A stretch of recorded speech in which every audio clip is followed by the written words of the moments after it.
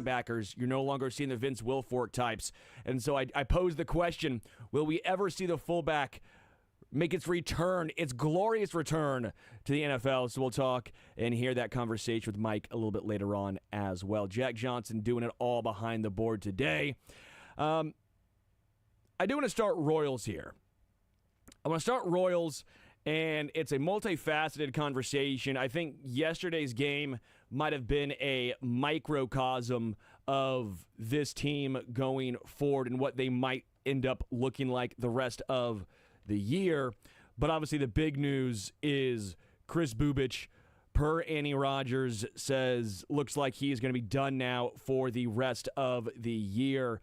This is a brutal blow to Bubic, a guy who has suffered many an injury in his, I was going to say young, but it's no longer young in his Major League Baseball career so far. Another obstacle for him to overcome. We knew this was going to be a risk with Kris Bubic, a guy who had thrown 130 innings max in the majors, a guy who was coming off of an injury last year and moved to the bullpen, was phenomenal, and a guy who was pitching great this year. All-star Kris Bubic, he was outstanding. Could he fill the Brady Singer role? The answer was yes and then some, but the inning totality looks like caught up to Kris Bubic this year. Jack, let's start here.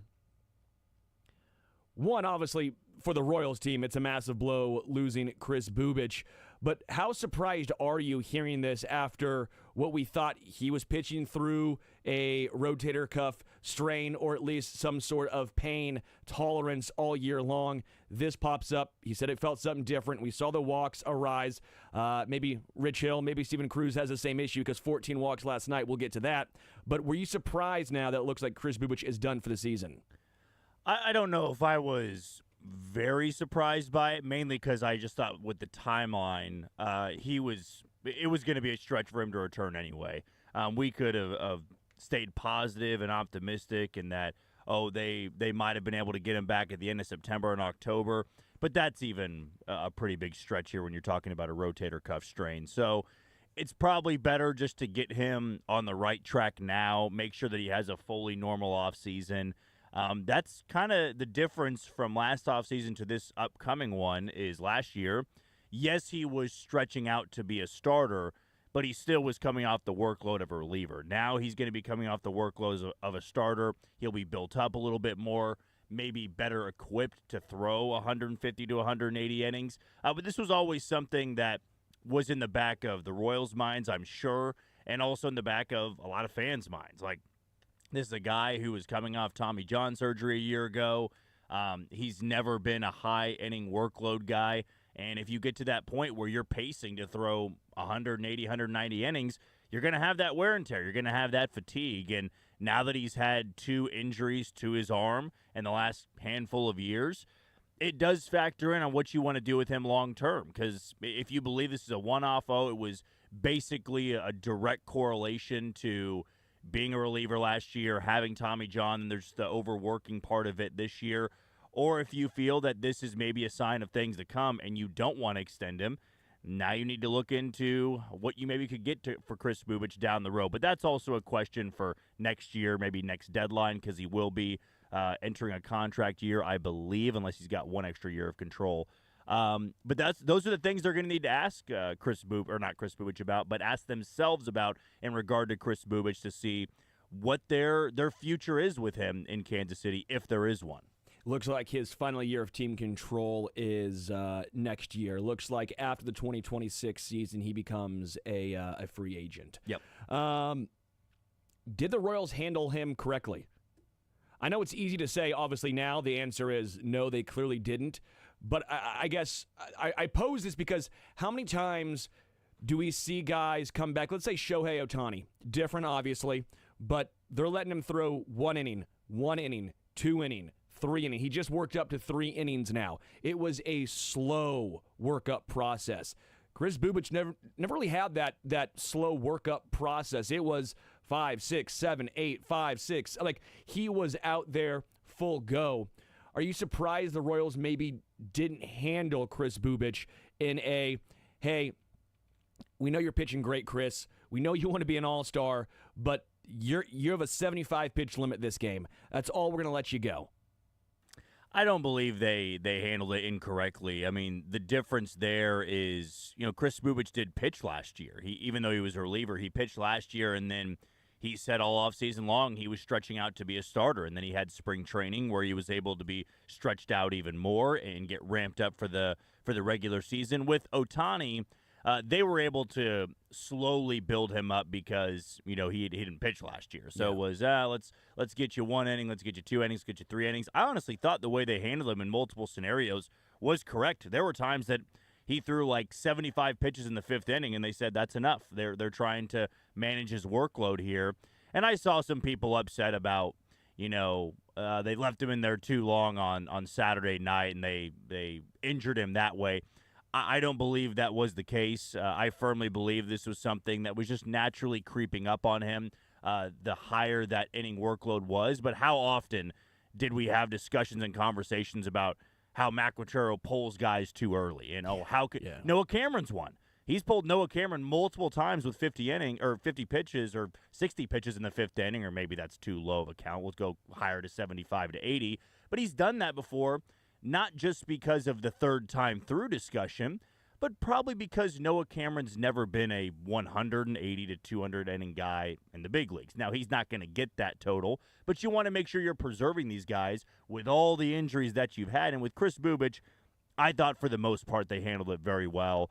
These are things that just happen. It's the unfortunate reality of baseball is guys can get injuries at any point. You could have a guy get hurt on opening day after having a perfect offseason, perfect spring training, perfect offseason routine, and they just have something flare up in start number 1. Or they have something flare up in start number 30. So to me, it's a little bit of randomness. I'm not sure that you put blame on anybody there. These injuries happen, as we saw with Cole Reagans as well. So Chris Bubic, again, looks like his season will be over. He will finish with a 3.3 F/WAR, which as it stands right now, that's the 8th most valuable pitcher in baseball. He was 5th in the AL with a 2.55 ERA. This from Sam McDowell. Quote, the Royals are anticipating Chris Bubic will be out for the season. His injury will not require surgery, but needs extended rest. He expects a normal offseason, end quote. So, again, that right there is a positive sign, right? They got it before the pop happened. They got it before the disaster happened. If it's just extended rest versus surgery, I think that's always a positive take on things. Now, let's get into what that means for the rest of the season here, Jack, because we saw one of the guys who was filling in for the decimated Royals pitching staff. That was Rich Hill last night. Rich Hill did not have his best stuff. He talked about it after the game. He took full responsibility, which is great. But at the end of the day, full responsibility is not accounting for wins. He pitched 4 innings, 4 runs, 6 walks, 3 strikeouts, gave up 2 home runs, an absolute bomb to Ronald Acuna Jr., as well as a bomb to Marcell Ozuna. So, can the Royals stay competitive? Can the Royals try and stay afloat in the AL wild card battle with the plethora of injuries to their starting pitchers, with guys like Rich Hill, potentially Dallas Keuchel, and the like right there? The short answer here is no, and I believe that was Rich Hill's last start for the Royals. I would be pretty surprised if Dallas Keuchel does make the start, because I know Matt Quatraro said last night that it really does depend on what happens in Game 2. If Seth Lugo can work 6 innings and you're able to turn it over to Harvey, Erceg, and Estevez, who didn't throw last night, you're probably able to go with a bullpen game tomorrow if you wanted to do that. Or better yet, you could make a trade for a rental guy to fill some spots here, because that may come across as maybe not the most popular opinion, because people don't want the Royals trading for rentals when they're 3 games under 500. Whether they're buying or selling, which we know now that they are intending to buy, they need to have starters in the rotation that can get them the rest of the way. They can't keep relying on Rich Hill. The story was great. Yeah. Awesome that he made 2 starts as a 45-year-old. If you're really being serious about a second half push, he can't have a third start here. And he hasn't been terrible.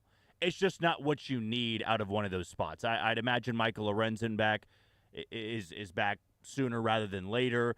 Then you need to fill another spot in that rotation, probably with a trade acquisition. You're hoping Cole Reagans on the more optimistic side can get back to you in mid-August. I'm still saying end of August is probably a better target date. But they still need to make a few moves, maybe bringing in a swing starter. I know Daniel Lynch will be on his rehab assignment in Omaha. He's not going to be a starter, but it gives you some extra bullpen help. And you got to make sure that this rotation can be shored up. To go back to your question, can they do it? No, they can't do it with Rich Hill making continuous starts and then Dallas Keuchel making continuous starts. They need guys that you can count on every fifth day. And unfortunately, with those two guys, you just can't. You really don't know what you're going to get from a 45-year-old and then a near 40-year-old. I think that was my overarching takeaway from last night. I know it's a one-game sample size. I understand one game out of 162, all of that. But my takeaway last night was along the same lines of this cannot be your starting rotation if you want to compete for that wild card spot. Whether they should or should not, up in the air, but clearly Q, JJ, they think this team can still compete for that final wild card spot, which means you cannot throw out Rich Hill. Again, great story. Results just are not there. 6 walks. You cannot be throwing 85. You cannot be throwing 73-mile-an-hour sweepers, 65-mile-an-hour slow curves right down the middle and expect that the results are going to get better. It's just not there. And also when you have a bullpen like this, I've talked about it. I know we love Carlos and Lucas, and I guess do we throw Hunter Harvey into that mix? Because I don't think I can. I was going to say Steven Cruz, but he got shelled last night, walked the world. And so I'm sitting here going, this bullpen has been a larger issue than I think people want to give credit and credence for. And we saw that last night. Now, I know he did not go to Lucas and he did not go to Carlos, but he turned to 4 guys, and Clark looked fine. I think fine's the best way of putting it. That's a guy with a over 4 ERA. We know who Sam Long is. At this point, I think we know who Jonathan Bolin is. They have too many guys who are mop-up role dudes, and I think it's been glossed over the majority of the season what this bullpen really is. Well, I mean, overall, I would say they have been a much better bullpen this year than they were last year, and that's in large part to having stability in the back end of the bullpen. I would say with Steven Cruz, last night was the worst outing he's had this season, you could argue, in his career.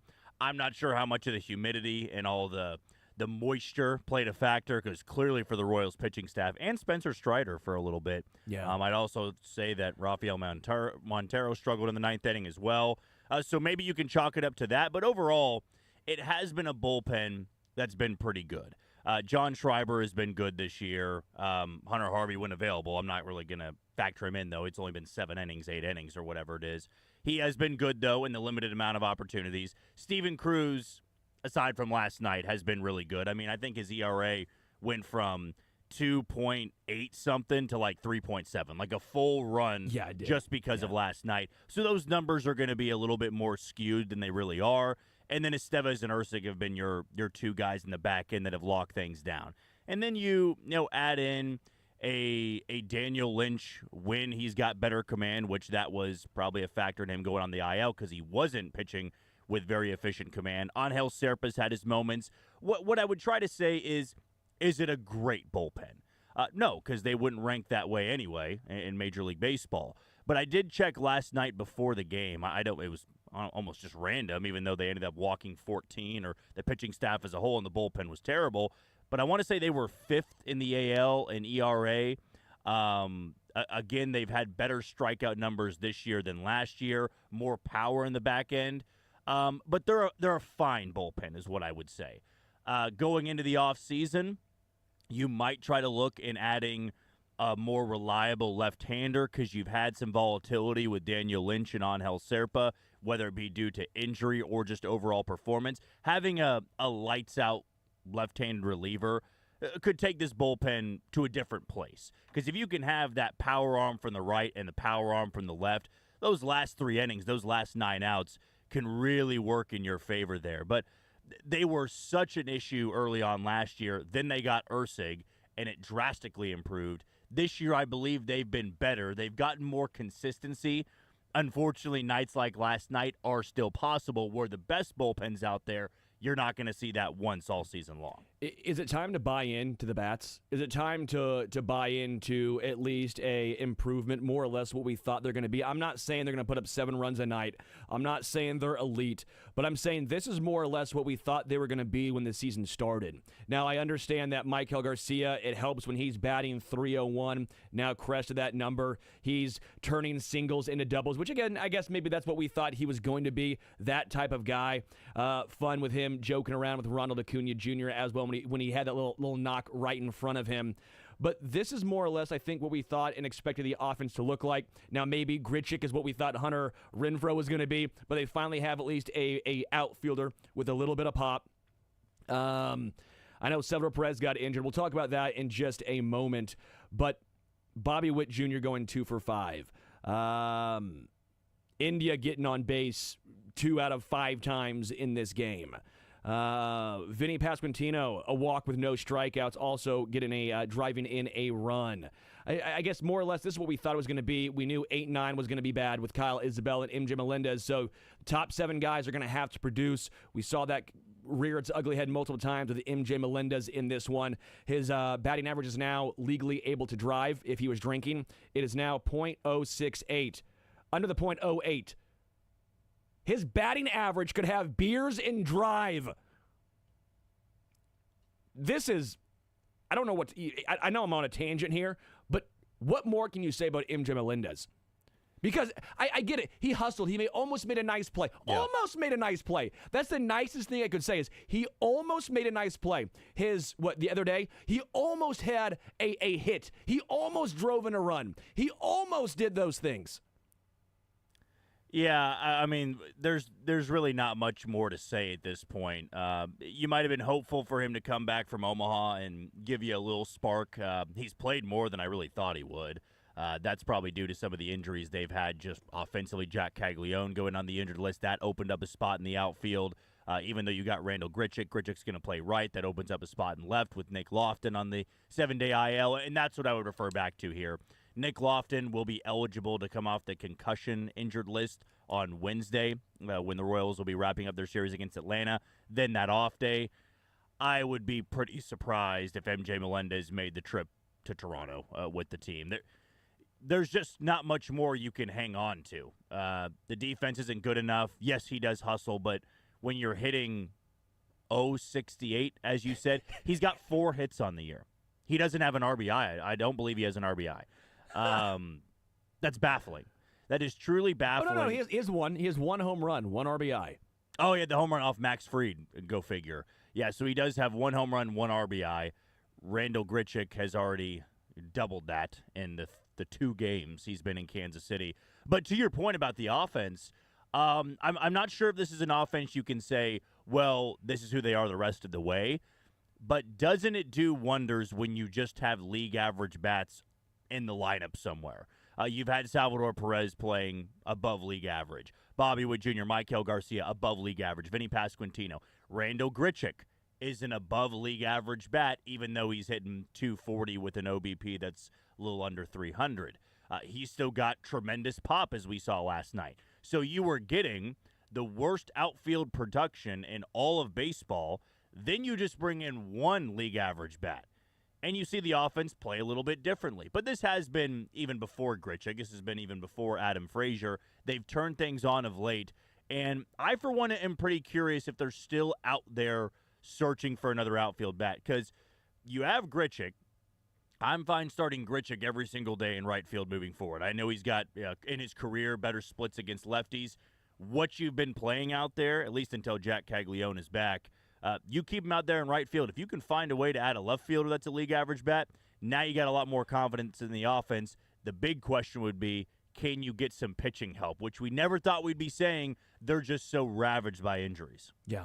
I'm going to talk some more Royals. By the way, a little fun fact here. Adam Frazier in his 6 games has as many hits as MJ Melendez has all season long. Randall Grichuk in 2 games has 1 fewer hit than MJ Melendez has all season long. Few quick Chiefs training camp updates. Looks like Josh Simmons and Ashton Gelati with a little pushing and shoving. Josh Simmons' helmet came off. A little fire between the 2 rookies going at it right there at training camp. Also looks like Hollywood Brown to the injury tent. We'll keep you guys posted and updated on all the happenings at training camp. Lebo at 1, Les Norman at noon. We'll take a break, come back, more Zone next.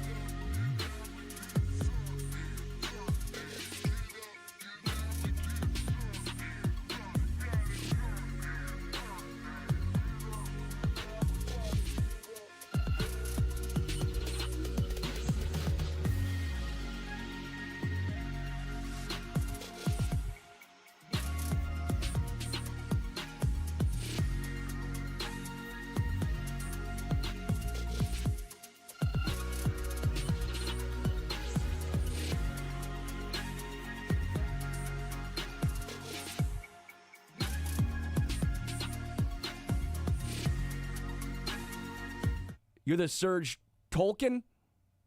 I don't know how to say his last name. Gets me every single time. Serge. That's what we'll go with. We'll go with that. We'll roll with it. All right, as we went to break, keep you guys updated. Josh Simmons and Ashton Gelati getting after it at training camp. Looks like some pushing and shoving.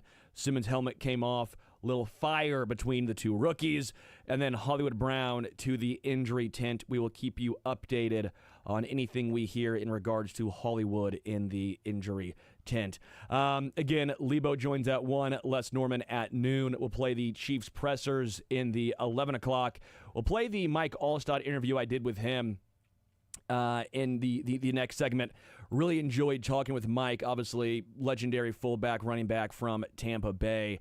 A lot of fun getting his thoughts on the current landscape of the NFL, the cyclical nature that is the pass versus run nature in the NFL offensively, defensive adjustments, as well as what Tampa Bay looks like this upcoming season. So we'll play that as well. I do want to play some audio in regard to the extension of Seth Lugo. I found this pretty interesting and enlightening. Obviously, we did not know what to expect.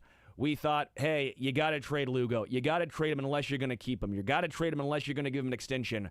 Well, J.J. Piccolo and Seth Lugo did come to said agreement. Seth Lugo, now a KC Royal. They added on at least 2 more years to that contract with a vested interest for a third one there. Here is J.J.'s timeline on the Seth Lugo extension.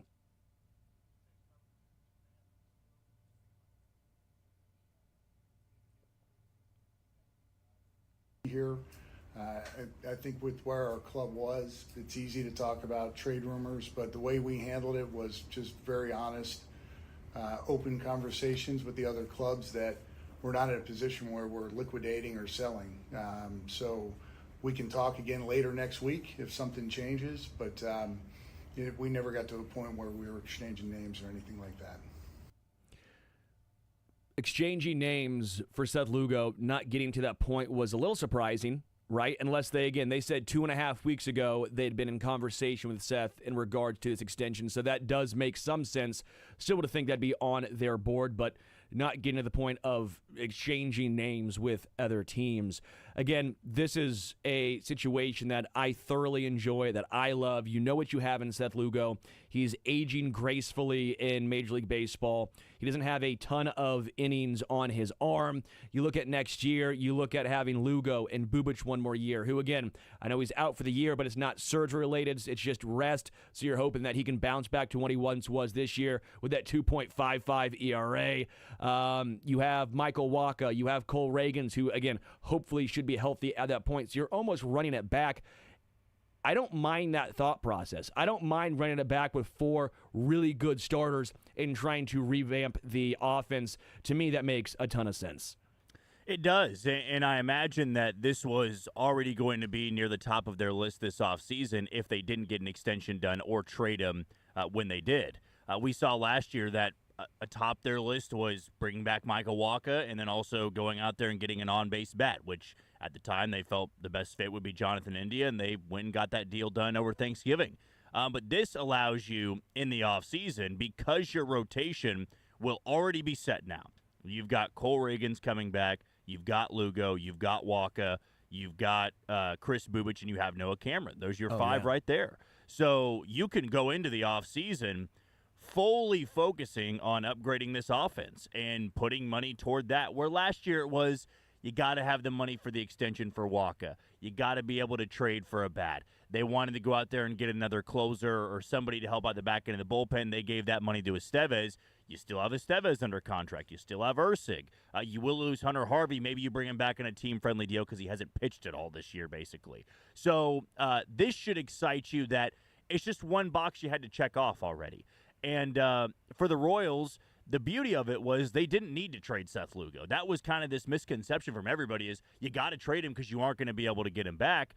That's not really the case, and I don't believe they viewed it that way. They viewed it as, if we're not blown away by a deal, let's just get an extension done now. We've got the money to be able to get it done, and he clearly loves it here. And it also sends a great message to your clubhouse, which, again, is why Lugo took a discount. He probably took $2 million less than he was going to on the open market because he loves Kansas City. He said his family is just, come to call it home, basically. And then he said he just loves working with the pitching staff and the guys that are on this team. And that resonates to free agents out there with, you're a team that's 4.5 games out of a playoff spot, and you've got a GM that is willing to add to this team and not sell. Imagine if you're a free agent in the offseason, you go, man, if we're hovering around there, I at least know the front office is not going to trade away everybody, and then it's going to be a meaningless back half of the season. You may have some guys that want to go to a team that is willing to go the extra mile, even if it doesn't always work out. Yeah. By the way, little Chiefs training camp update. Hollywood Brown was in the injury tent. He is now up the hill in the front seat of the cart for Hollywood. Important to note that he was in the front seat of the cart for Hollywood Brown. We were talking to Seth Lugo there, and you talked about him in Kansas City. Seth Lugo talked about that, and he gave his thoughts on Kansas City. Coming into last season, I could see, where the young talent was, and the players in that locker room, they're really talented, and wanted to be a part of what they were starting and what these guys have put together. And after being here for a year and a half, me and my family have just fallen in love with the city.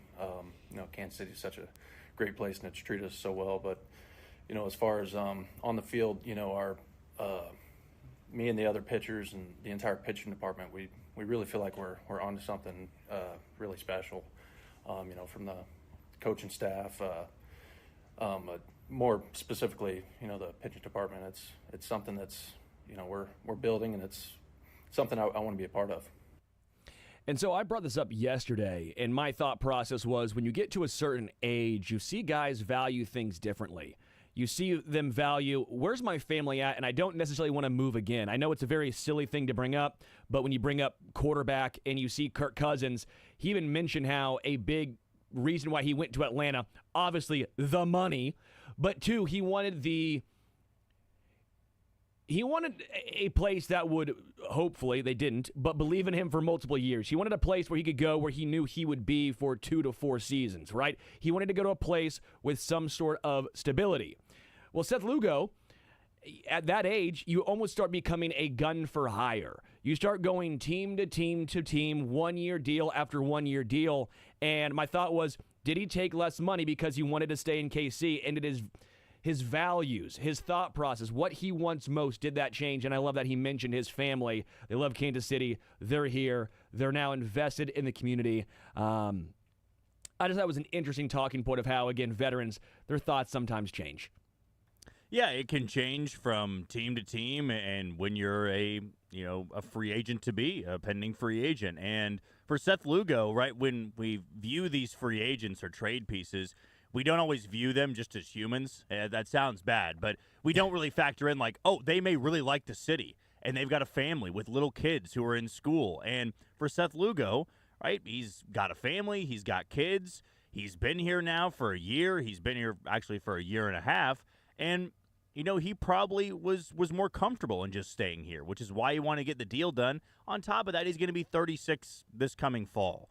So you can go test free agency, but Sterling, how many times have we seen those pitchers go out there, test the market, ask for X amount of money, they never get it, they wait till after spring training, finally get a deal for less than what they wanted, then they get hurt because they didn't have the full spring training, and then you just blew away a perfect opportunity to still make a lot of money for the back half of your career. For this contract, it's great for both sides. He gets $23 million a year, which is the biggest contract he's ever gotten in his life. And then you've got the Royals saying, we'll give you that third year if you live up to all those, accolades basically we're setting for you. The inning workload, the number of all-star games and stuff. And that works out well because for a guy that's 36, going to be 37, you still pitching that effectively at 38, well, only Seth Lugo is going to be able to handle that. And I believe it's great for work ethic, too. Not that you ever have to question that with Seth Lugo, but, man, if I want that extra year, if I want that money to carry over into a third year, I got to pitch pretty damn well for these first 2 years. I do think what's interesting and maybe glossed over a little bit in all of this, the Royals are no longer paying the Royals tax. No. This was not them paying the bad team tax. It was not them paying the small market tax. And I say that in a way of, if you get the same contract, where would you go? Are you going to the Dodgers or are you going to Kansas City? Are you going to San Diego or are you going to Kansas City? You'd have to say the majority of the time, players are choosing the bigger market in a team that had been traditionally better over the long haul, or at least maybe higher playoff aspirations, right? This contract to me shows, to an extent, the Royals are no longer paying, A, the bad team tax, making the playoffs last year, and 2, they're not paying that small market, middle of America tax. This could be a changing of the guard for KC and what they're trying to do. Because Hunter Renfroe, that contract, you had to pay a little bit. Getting Seth Lugo here originally and getting Michael Wacha here originally was a little bit of an overpay, right? And maybe overpay is a strong word, but you probably had to pay a little more than some of the other big market teams. This might be, in my opinion, a nice underlying takeaway of that contract extension. I do want to play this one here. J.J. Picollo on the trade deadline. I apologize, I'm skipping one here, Jack. J.J. Picollo on the trade deadline. When we spoke earlier this week about the trade deadline, we were talking about, how do we do things now and for the future? Well, this extension represents that. So it just fit with how we were thinking about this team. We're not turning the page on 2025. We're very much in this, but we also feel like our pitching is very secure for 26 and 27. So we're in a really good spot with our rotation. There we go. We talked about it. Great spot with rotation, not just for this year. Well, this year not so much, but going forward for next year and even into 2027, the emergence of Noah Cameron has been the biggest change. Switching out Noah Cameron for Michael Lorenzen next year is massive. You went from a oft-injured, solid number 5 to what has been this year a phenomenal 3 in Noah Cameron. Yeah, I'd say 3. And that is, again, a huge improvement to the back end of the Royals rotation. Final clip on the Royals before we talk some football. Salvador Perez obviously went out of the game early yesterday, and I don't think we have to worry too much here, Salvador Perez, on what transpired and the injury he sustained. Good, little sore, but it's good. I just worried about it. My 2 finger was numb a little bit, so I got it back already. Should be good for tomorrow. You got the feeling back? Yeah, I got the feeling back. Like in the 7th inning, KT was doing a lot of treatment with me, so it should be fine for tomorrow. Typical Salvador Perez goes out of the game. He's fine for tomorrow. Q talked about it, and Q even said that, yeah, Savvy told me that he's fine for tomorrow. Salvador Perez is an Iron Man. I get it. It was a hit by pitch.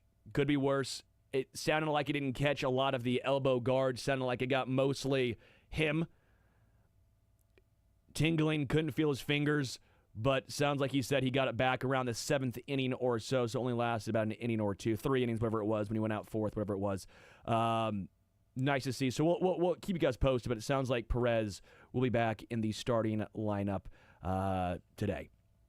Again, Hollywood Brown went up the hill in the front seat of the cart. That's what we've seen so far at training camp. One of the major storylines, Hollywood to the injury tent, then up the hill in the front seat of the cart. And then obviously Ashton Gelati and Josh Simmons, as we mentioned, with a little pushing and shoving. Josh Simmons' helmet came off. Little fire from the rookies. We will take a break. When we come back, we're going to play the interview I had with Tampa Bay fullback, running back combo, legendary Mike Alstott. The Zone rolls on after this.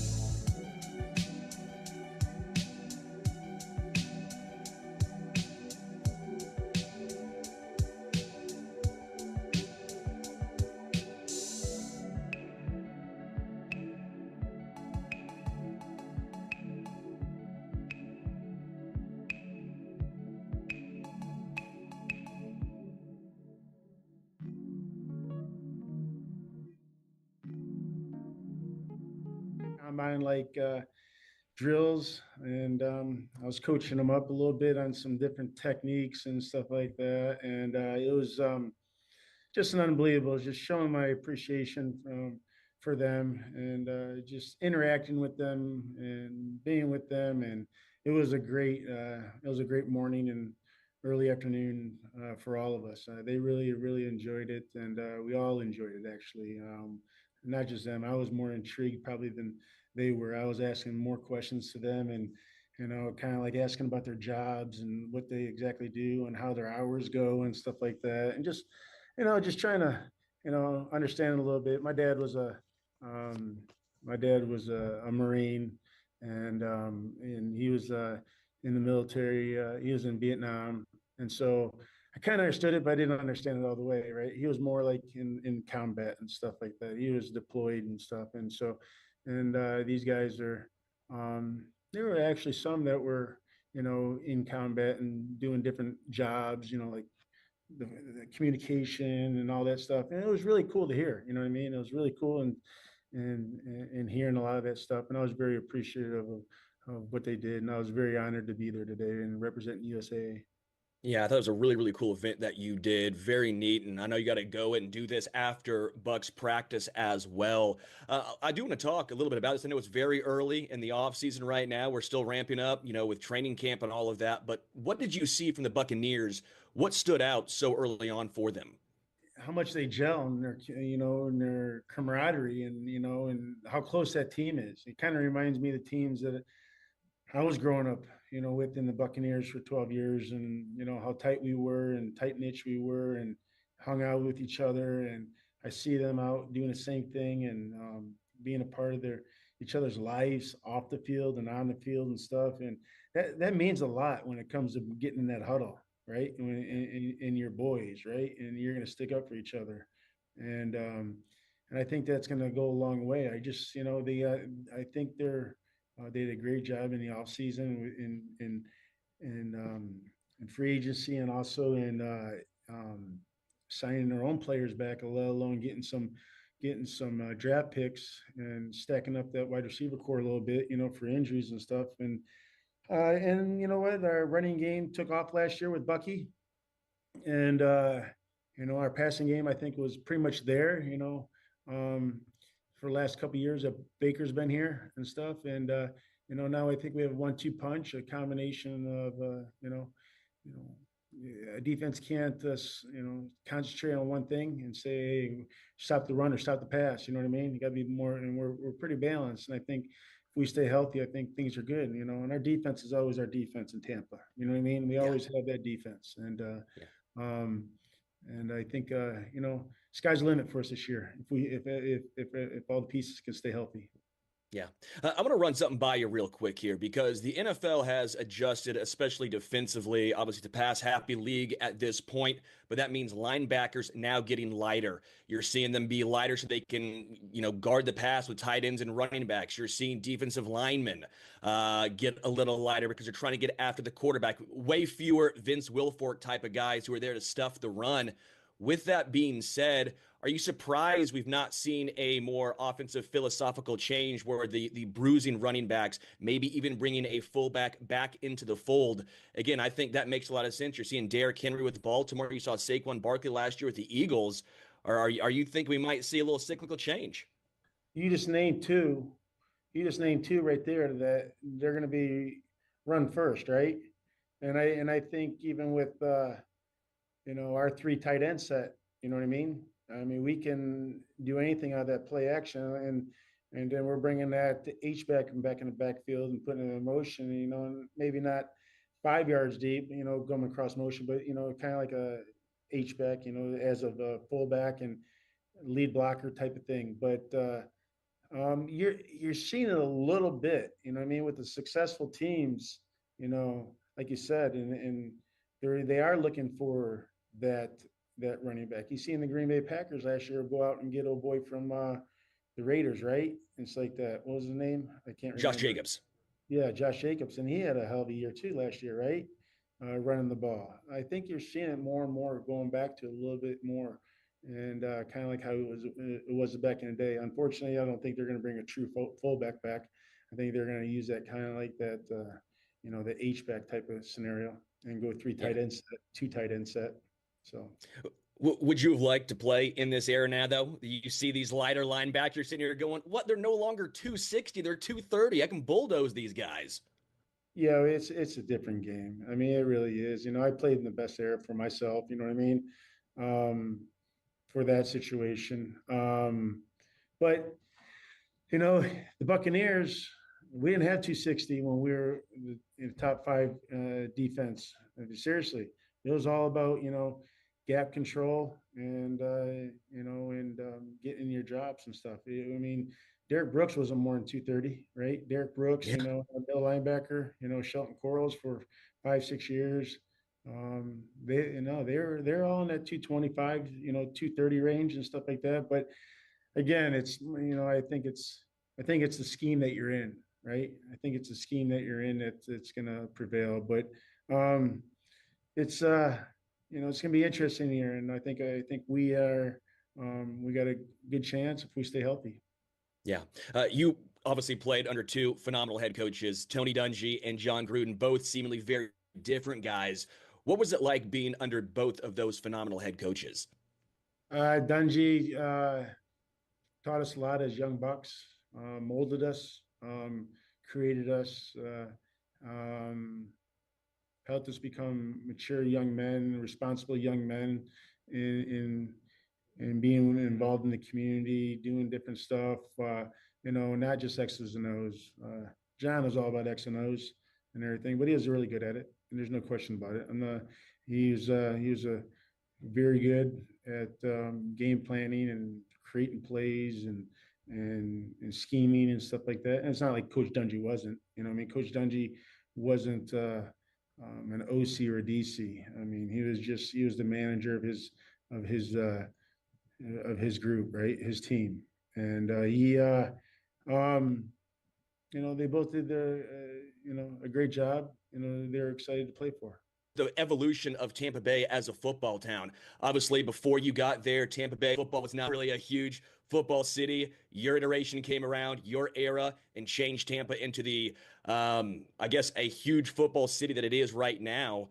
What have you seen, I guess, from the evolution of Tampa Bay? I think from the time before I got there, the time I got there until what it is now, they had always wanted to be a football city. It's just they weren't good, right? They had one winning season, and I'm not saying that and knocking it because I'm very fortunate to come in the era I did here in Tampa, rather than going to a San Francisco or a Dallas Cowboys where they were winning all the time and they had championships, and I was very fortunate to be with a group of guys, all these Hall of Famers now that are coming from Tampa, right? Be a part of them for 12 years and put Tampa on the map and win a Super Bowl and be able to do some unbelievable things and bring back that community, right? And build this community as a football town. And we're get her doners around here in Tampa. It's a get her done type of town. It's like they're very passionate about their football, but again, they don't like losing either, right? And then we went into a little slump, and now you see in the last 5 years, that we're playoff contenders. After Tom Brady won the Super Bowl here in 2020. You know what I mean? So it's it's a football town, and they deserve football, and they're going to get it. We have the makeup of a team that's going to be competitive, and we stay healthy. We should be there deep in playoffs. Again, Mike Allstott with his phenomenal partnership that he does have with USAA and that great event that he helped host, the Salute to Service Boot Camp. Again, a great thing that Mike is doing. 6-time Pro Bowler, Super Bowl champion, Mike Allstott. Mike, really appreciate it. Thank you, sir. Have a great day.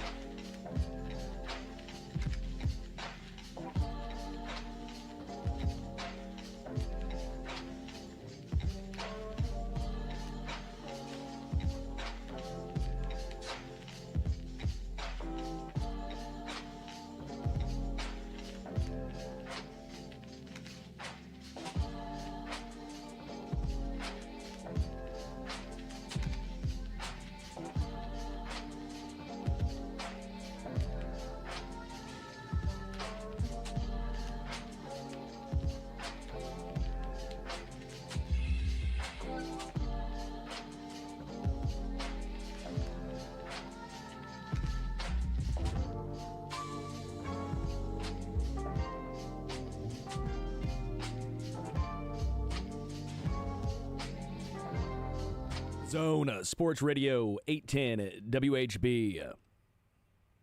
Sterling Holmes, Jack Johnson. Les Norman joins at noon. Todd Lebo at 1. Chiefs pressers in about a half hour. We'll find out. Chiefs pressers in about a half hour. I do want to get into some fun training camp scuffles that have been going on. But I do want to point out that training camp is brought to you by Rally House, your home for all things Chiefs. Everything you need from sideline styles to exclusive fan gear, you'll find at Rally House. Get your gear in-store at Rally House or online at rallyhouse.com, as well as Greengrass Cattle Company. Make sure to stop in to Greengrass Cattle Company on your way to St. Joe for the new training camp bundle. You can also order online at greengrasscattleco.com, as well as Easton Roofing. Make sure to visit them at eastonroofing.com for commercial and residential roofing needs.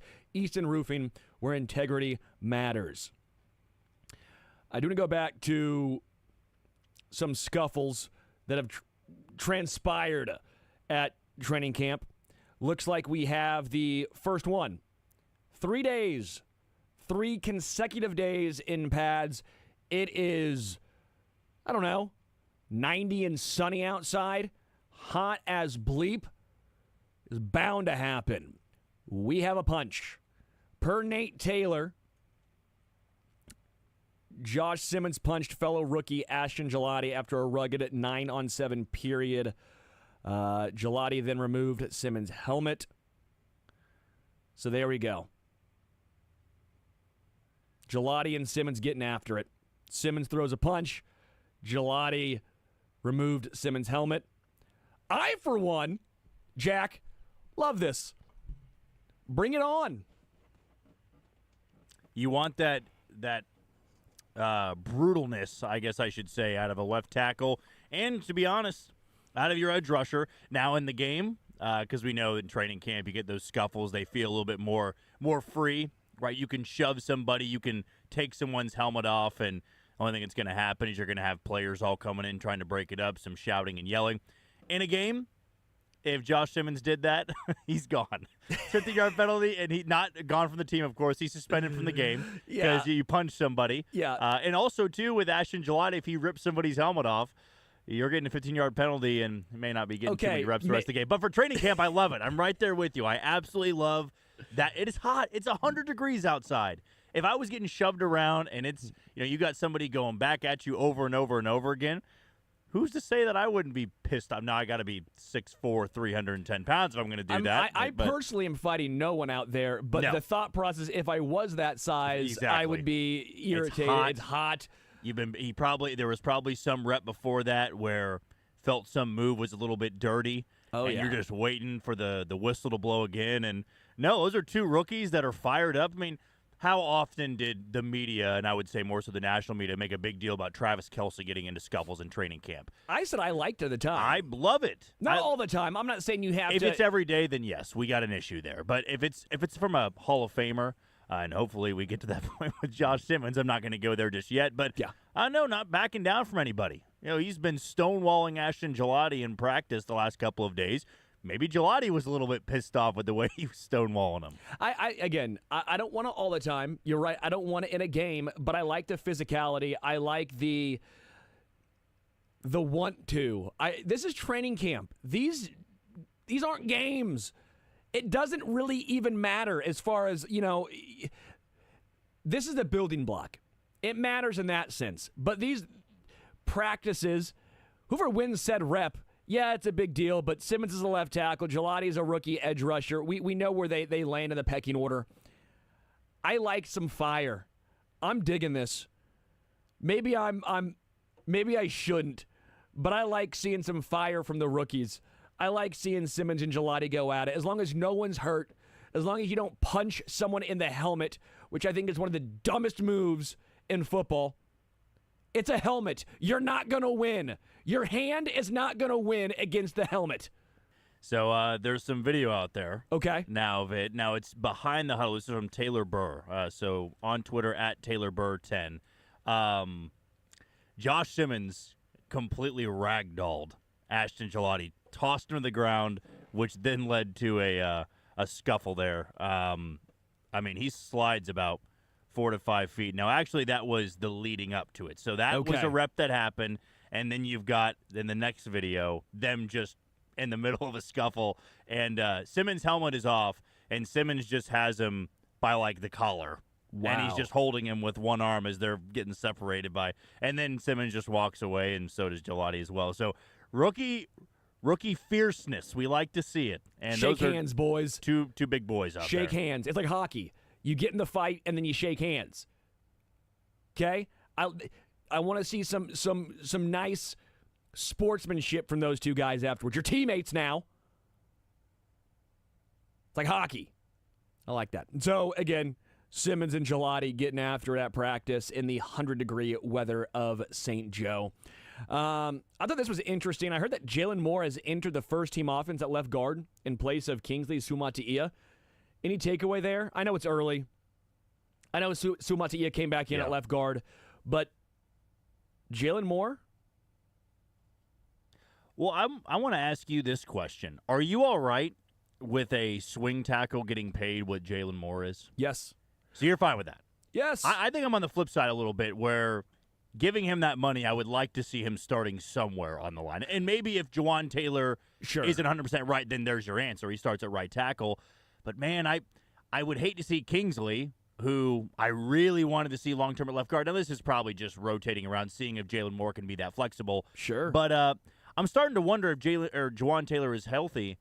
Where does Jalen Moore fit into the equation? And you did have some swing tackles last year. Now, maybe not as good as Jalen Moore, but you are paying him to some extent to be a starter somewhere. So maybe this is kind of giving him that flexibility of, hey, over the course of 17 games, you are going to need to have multiple starters up front. If you've got a guy that you're paying that much, I want him to see playing left tackle, left guard, right guard, pretty much everywhere but center, so he can – have that type of value if you are paying him that type of money. Yeah, I guess for me, I get where you're coming from, and I'm glad that they at least put him at left guard, not just say, hey, Kingsley, this is your job. I like that they're at least going to have some competition, because that would scream to me at least there is some competition there. I think that's intriguing. Also intriguing, by the way, Mick Schaefer was correct yesterday. We were a little surprised by it, and he didn't know for sure. He went back and texted us last night and said, yeah, it was Caliendo at backup center and Norzad at guard. Again, who knows? Could just be training camp trying to see what they have. But traditionally, we've all heard that Norzad is the backup center, and there wasn't a lot of competition of him playing guard. I like giving him the opportunity to play guard because I think Norzad looked really damn good against the Broncos, right?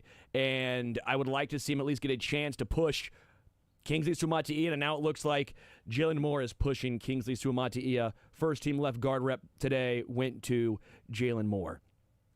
I'm okay because of the process. I know that might be a cop-out answer. I know that might sound on the fence, but you didn't know that Josh Simmons was going to fall to you or to the Chiefs at 31. You didn't know. So what happens if you don't sign Jalen Moore? You're back where you are last year. You are, and it's good to have that insurance. And we also know that likely, even if Jalen Moore is not a starter this year, he's your starter at right tackle next year when Juwan Taylor is cut from this team for off the books. Off the books, financial reasons, of course. But and that's why there's a 3-year deal here. So maybe year one, even if he's not a starter, I can play anywhere. Because we know last year, whether it be due to production overall at left tackle and, then at right tackle a little bit and then injuries at left tackle, you got to have somebody who can step in there. And as we saw in the Super Bowl, you don't want it to be a coin toss. No. Not that it was a coin toss going in, but at the end of the year, it was, we're out of options. Joe Tooney's got to play left tackle, and you can't run in that again. No, and so I was okay, and why I said I'm fine with Jalen Moore being paid with what he's being paid because, one, again, what we knew at the time, but even now, you now have some sort of stability and some sort of floor to fall back on, a floor that you did not have last year, a floor that maybe things go differently. Maybe it doesn't. Who knows? Maybe the Eagles still roll in the Super Bowl, but at least you give yourself a better chance. I like what the Chiefs have done, rebuilding, revamping the offensive line this offseason. I get the thought process. Results we'll have to wait and see, but again, the process I can dig. Looks like practice still rolling along. Long practice for the Chiefs today. And also looks like Sky Moore up the hill in the cart. Never went to the injury tent. Could be heat-related. We'll find more out later in regards to Sky Moore. So what we had so far, Hollywood Brown up in the injury tent, up the hill in the front seat of the cart for Hollywood, and then Sky Moore in the cart as well. Looks like the Hollywood injury, from what I have seen so far, we'll find out from Andy Reid, and whenever practice eventually will wrap up. Eventually. Long day for the fellas. Came up limping in the back of the end zone with what appeared to be a right lower leg injury. Right lower leg injury. We'll find out. I don't want to speculate because, full transparency, we don't know. And I don't want to get into a injury prone or not. I don't want to get into a put Hollywood in bubble wrap. Don't let him play in the preseason. Protect his sternum. I don't want to get into that right now. Head coach Andy Reid, Kingsley Suamataia, Brashard Smith, and Harrison Butker are the people expected to speak today. I do find it interesting. I don't know if you've followed Matt Derrick on Twitter and seen what he has talked about. Harrison Butker's been the first one there every single day. Matt Derrick said he's 0 for 6. Let me see if he's 0 for 7 today. I like following Matt Derrick. I don't know if he tries to get there early. Tries to beat everybody. Tries to beat everyone. And normally he wins. Or at least it's a competition. Let me see if I can pull this up. Harrison Butker. First one there again. 0-7, I believe now Matt Derrick is, to Harrison Butker. And I want to ask Matt Derrick when he comes on the show next, why is Harrison Butker the first one there? Why is he getting there before everyone else? A man who has been a massive part of the Chiefs' success. A guy who is in no danger of losing his job. A guy on a nice, lucrative contract. Yet he is still the first one there at practice. What is Harrison Butker working on? My thought process, Jack, the new kickoff. The new kickoff. Because I don't think it would have to be something with his mechanics or extra points or different field goals. I would have to imagine he's getting there early and working on the new kickoff rules. I still find it, though, fascinating that he's been the first one there every single day. Well, we know with guys in the NFL and really anybody playing at the peak of their sport, when you're looking at the NBA and the MLB, it's not always the guys that are scrapping for a job on the team. I mean, there's going to be plenty of players there practicing in St. Joe that are not on the roster here in a couple of months. But Harrison Butker is not one of those guys. He absolutely is going to be on it.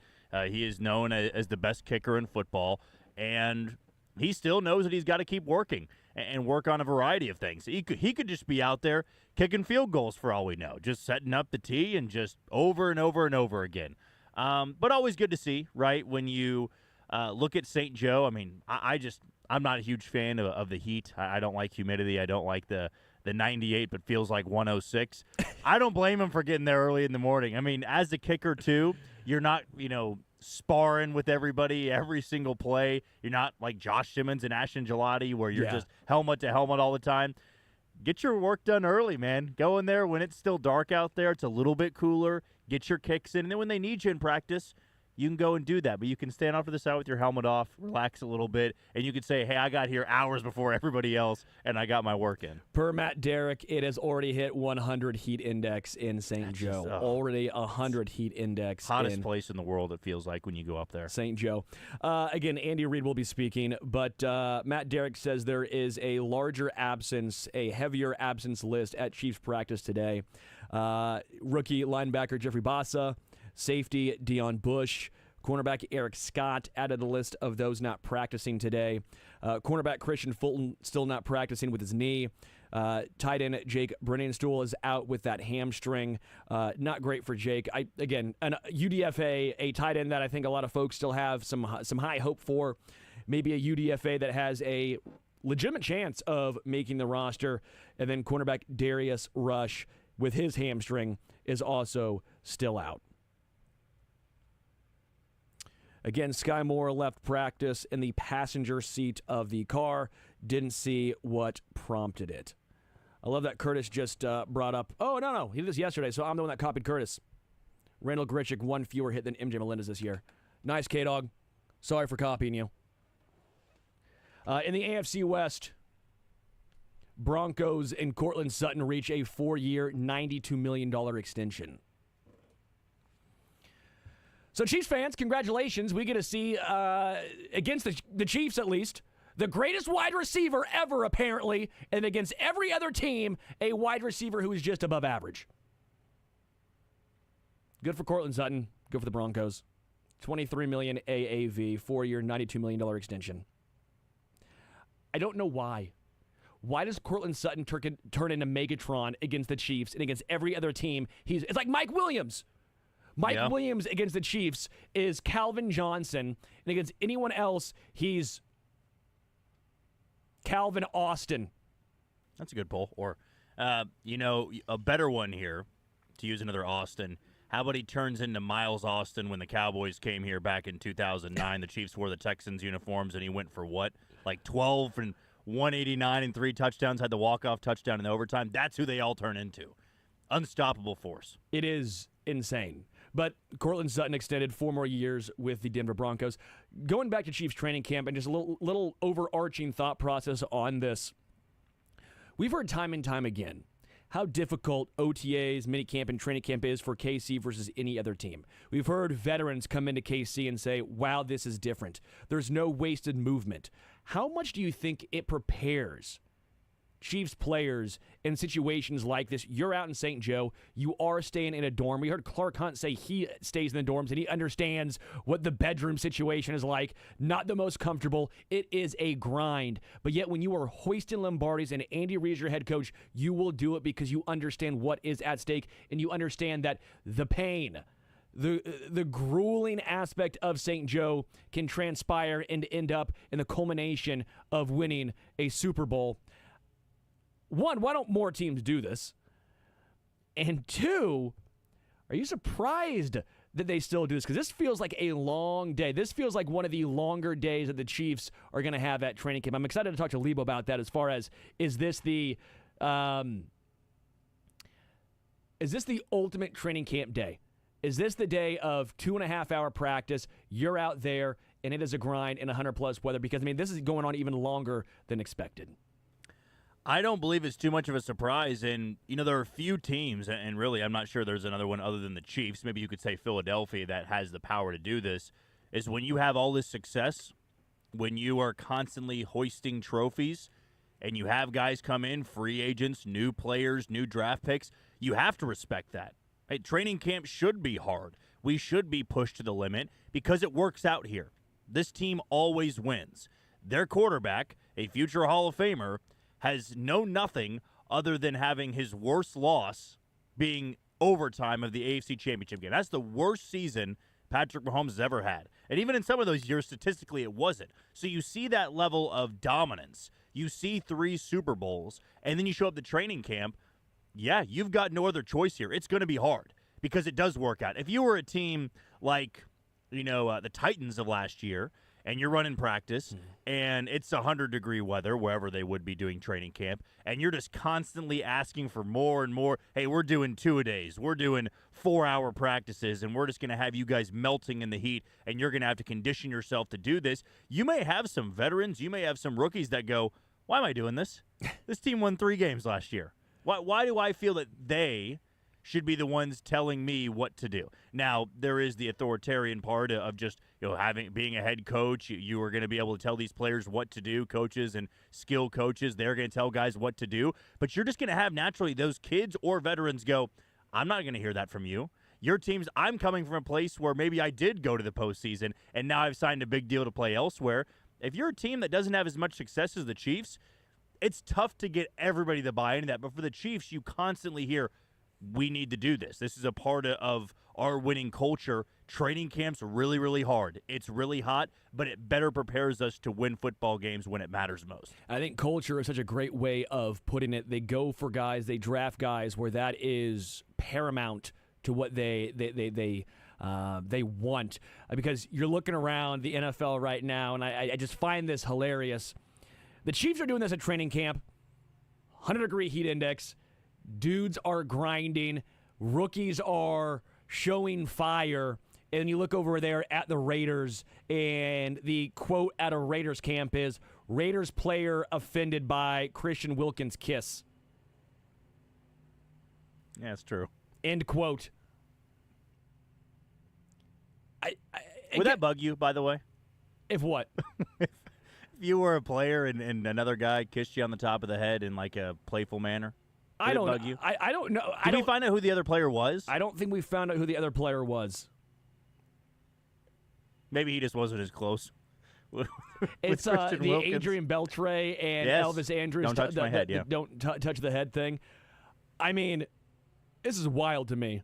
Christian Wilkins, released by the Raiders, kissed a fellow player on the head, and the teammate took offense to it. Now, part of it also was the injury that Christian Wilkins has been going through, and some debate about how he's handled having surgery or not having surgery or not, and the rehab. I get all that. This was the straw that broke the camel's back. This was the straw that broke the camel's back. And that was one of their big, I know he was there last year, but this was a massive signing at the time. This was the Raiders saying, we're getting back. And I talked about it. You put Christian Wilkins with Max Crosby in that defensive line, it's going to look so good. This is a difference in culture. It absolutely is. This is the difference in what happens in July and then what ends up happening in January and February. I know it's a small thing, but we had talked about it.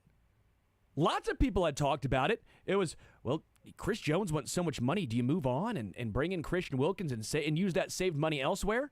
The Chiefs said, no, we know what we have in Chris Jones. We know he's a great locker room guy. We know he's a leader. We know what his value is, not just on the field, but off the field, in the locker room, all of this stuff. And you've seen it. The Raiders, maybe they didn't know, but the Dolphins were okay moving on from Christian Wilkins. And the Raiders have done this time and time again. They have brought in the Antonio Brown types. They've said we don't necessarily value. They tried to value the culture, quote unquote, by bringing in Antonio Pierce, and all they did was talk smack and get their ass kicked. Antonio Pierce had the recipe. Right? Like, the Raiders have not figured it out, and that's why they brought in Pete Carroll, and they brought in Geno Smith, and they're trying to have a shift, and I've given the Raiders actually a lot of credit, and maybe this was something they needed to have happen. They need to weed out the previous organization's miscues and start from scratch and just try and rebuild back to normalcy. They need to bring back to relevancy. But that is what I find very funny. Coming out of training camp from KC, it is the grind, the rookies getting after it, the heat, the long practices, staying at St. Joe, the camaraderie between guys. And then out of Raiders camp, it's Christian Wilkins released. Christian Wilkins' kiss made Raiders player uncomfortable. End quote. There's a difference. That's all I'm saying. Do you believe that this was it was visual to everybody, or do you believe this player had to go to a coach and say, Christian Wilkins just kissed me on the forehead or on the top of the head, and I'm done. I'm done. It's easy. It's either me- me, or it's him. me or him. It's me or him. Now I want to know the player because the player had to be a big player. If it's a practice squad guy, If it was a rookie guy, it could count as hazing that we see all the time in Hard Knocks. yes. Was it Gino? Was it? I don't think Gino would take too kindly to it, so we can't cross him off the list. Was it Ashton Genty? That's a rookie. That's a rookie, though. That could be rookie hazing, but Yeah. you're gonna go with Ashton. You're not going. Is it? You factor in though, it's like Pete Carroll now running things in Vegas. It's a different culture. They're trying to bring in more stability that he had in Seattle, and maybe it's a no nonsense thing. Hey, Max Crosby. we gotta know Max Crosby would not take that lightly at all. But then again, this is Christian Wilkins. This is a decorated and expensive defensive lineman. Yes. So it's not like this is some practice squad guy. It was so easy to cut. And like you said, it does come down to a little bit of the injury, not having the surgery, or he didn't want to have the surgery. The Raiders wanted him to have the surgery. So there could have been more behind the scenes that led to this. But the fact that this comes out, man, I mean, when was the last story you can remember in St. Joe that was anywhere close to this where you went, this is embarrassing. This is a national headline. The national headline was Travis Kelce getting in fight with teammates. Yep. That's what it was. And it was always who was it? Jack Cochran, I think, the linebacker. It was Cochran, but then it was a cornerback who was not. He was a third teamer. It wasn't Roland Wallace. It was somebody that's no longer on the team. It was 2 or 3 years ago. Always him. It was always him and Travis Kelce. It's like, man, maybe they just really don't like each other at all. Either way, I'll take what happens at Chiefs training camp versus other training camps, and we're seeing the culmination and the success that it breeds. We'll take a timeout. We'll come back. We're going to hear from Kansas City and the Chiefs down there in St. Joe, or should I say up there at St. Joe. Head coach Andy Reid, Kingsley Suamataia, who was actually second string left guard today, Brashard Smith, and Harrison Butker. We'll take a timeout. More Zone next.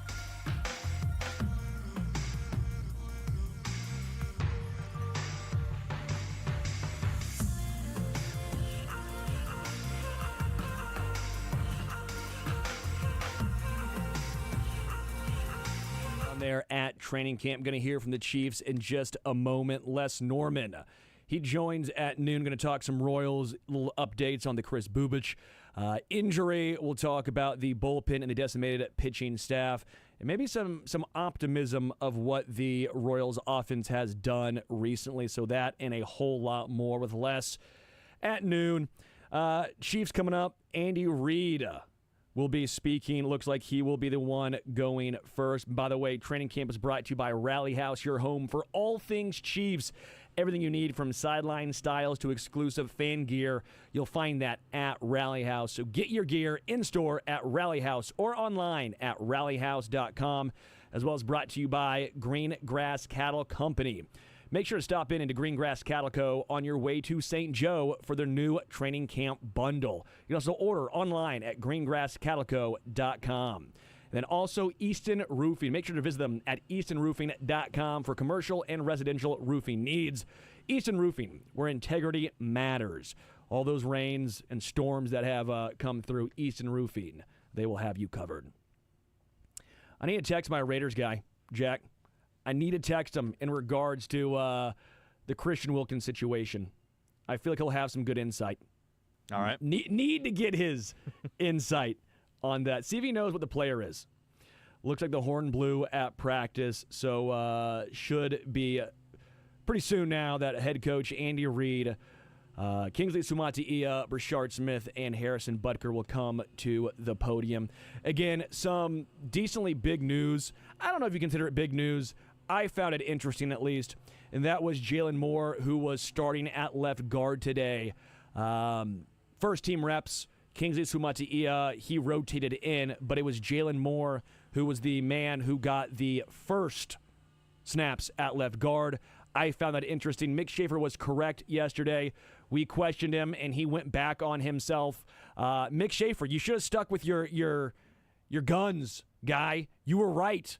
He texted back late last night and said, no, it was Caliendo getting backup center snaps with Hunter Norzad actually at guard. Again, if you've listened to the show, we've talked a little bit about how we want to see Hunter Norzad get some legit guard snaps. We don't want to just give and see the Chiefs give Kingsley Suamataia that left guard spot. We want him to win it. That thing that's best case scenario, a guy on a rookie deal under contract for a while. Yes, you want to see Kingsley win that job, but we want to see him earn it. And we thought that Hunter Norzad looked damn good in his, again, blowout game against the Denver Broncos week 18, but we thought Norzad did a nice job. So we wanted to see more Norzad at guard, not just as a backup center. So nice to see Norzad get some guard snaps. And again, Jalen Moore, sounds like they're not just giving the job to Kingsley Suamataia. They brought in a very highly paid swing tackle. Their Chiefs are looking like they're going to find out the best spot, the best five, if you will. And if that's Jalen Moore at left guard versus a backup tackle spot, might be the way the Chiefs roll. We're also going to hear, hopefully hear from Andy Reid in regards to Hollywood Brown. Hollywood Brown went up the hill in the front seat of the cart. That was according to Todd Lebo. Here is Andy Reid. In New York, man, for especially the families of people that passed. I mean, it's tragic. And, you know, the people at the league office that had to go through all that. So that's a bad deal, man. And got to try to keep peace somewhere here, right? Too much of this. Other than that, injuries, Jeff Bassa, ankle sprain, Jake Bringenstool, hamstring, Deion Bush, hamstring, Christian Fulton, we talked about, knee, Darius Rush, hamstring, Eric Scott, hamstring, Xavier banged his head, Hollywood, ankle, McDonald, illness, Sky Moore, hamstring. So it's hard work. You know, you're out here in the heat, and it's tough. But the guys battled through. I appreciate the tempo they set and all the energy that they gave. Time's yours. Coach, we saw a little, kind of a little scrappy thing between Josh and Ashton. I mean, it's camp, it's hot. Yeah. These things happen today. I mean, that's competitive stuff. Yeah, you answered it right there. Yeah, competitive spirit, man. it's hot and you get ornery. I know you rotate along the offensive line all the time, but with Jalen Moore getting in the mix at left guard, is he a legitimate candidate to be a starter there? Yeah, he's working all three of those spots, and really both guards, so he can do either or. We're just working. We need everybody. Andy, you mentioned Hollywood. Might you be able to elaborate on that with the ankle? How's he seen? I haven't seen him yet, but they took him up, so I don't know right now. I don't think it's too bad, but we'll see. See how it goes. When the weather is like this, does that affect practice in any way for you guys? You have to do something different? A lot of water breaks. Yeah. Try to keep the liquids in. We'll get Kingsley here shortly. What are your overall thoughts on him? 7 days worth of practices, 3 in pads. Yeah, he's done a nice job. I mean, really battled in there. Looks solid. Really like what we've seen. Yeah. And what does it say about Jalen Moore? I mean, the sense that you are, interested in having him play all. Oh, he's a good football player. We just only have 5 spots, so you got to try to move people around and make sure they can do everything. Does he have something he's better at? Is he better inside, outside? I mean, he's shown a lot of. He's only played outside. I'd say he's better outside, but he's only played outside. With the wide receiver room being as young as it is, who have you seen kind of step up and kind of take that leadership role? Yeah, Juju's the leader in there.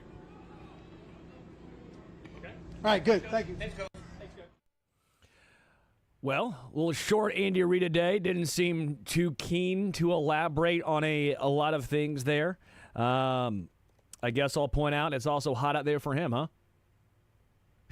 He was you couldn't see here on the video stream. It could be water, but he's dripping sweat, man. Dude is drenched. Matt Derrick said by the end of practice, the heat index on the field was around 120. Okay.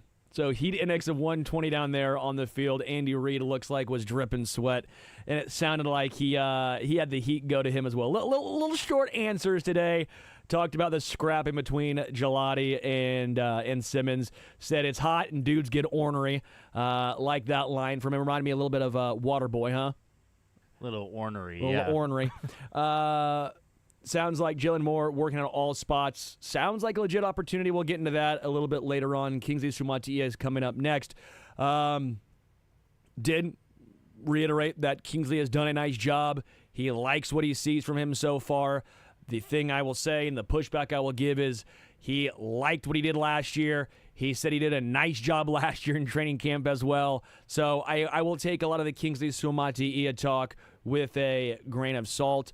I think the ending point or ending takeaway was a little fascinating with Juju Smith-Schuster being the leader in the wide receiver room. Who's stepping up? Who's the leader? It is Juju Smith-Schuster. He's the veteran right now. Obviously no more Justin Watson. So sounds like Juju Smith-Schuster is now the leader in that wide receiver room. Andy Reid gave a initial injury breakdown. Some of the main names that he talked about and brought up. Jeff Bassa, he is out with an ankle. Christian Fulton still with the knee. Brittingstool with the hamstring. Hollywood with an ankle. Sky Moore with a hamstring. And then I believe he said Xavier Worthy head. I think that's what he said was Xavier Worthy with a head injury. So that was the injury update. Ton of hamstring injuries. I would assume 1 early in training camp and 2 with the heat, although I guess the heat should actually be helpful for said hamstrings. Not today. Hopefully they're just needed some banana and water. Hopefully that's what they need and not actual massive strains. We'll hear from Kingsley Sumatia in just a moment. Again, I do like Gelati and Simmons going after it. I want to get into that in some more detail because I do think that it's a interesting takeaway. I think it's a good takeaway. A lot of positives to glean from that. And again, I think that left guard positional battle is going to be one to watch. And I don't think it's just them and the Chiefs handing Kingsley Sumatia that gig. I do think that Jalen Moore working at all 3 spots, and he mentioned all 4 spots, but specifically left guard, left tackle, right tackle.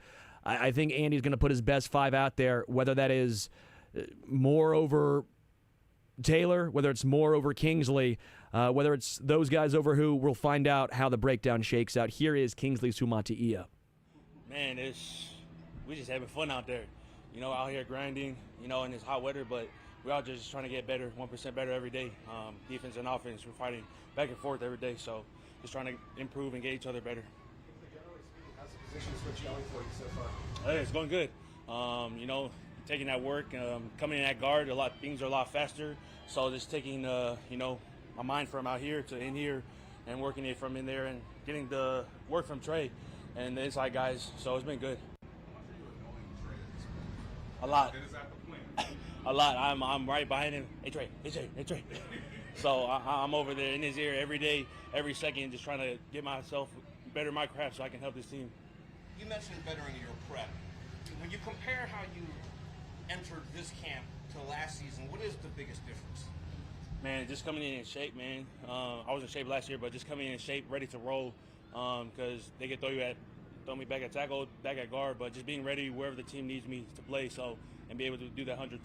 So yeah. During the live periods, how helpful is it to be between the caliber player of Simmons and Humphrey? Sorry, what is that? How helpful is it to be between Simmons and Humphrey when you're in the live periods? Man, it's great. You know, Josh is he's doing a great job as a rookie, being able to come out there and compete and put his best foot forward every day. I know he's trying to learn the playbook as well, and we're just all trying to help each other out so we can all be on the same page.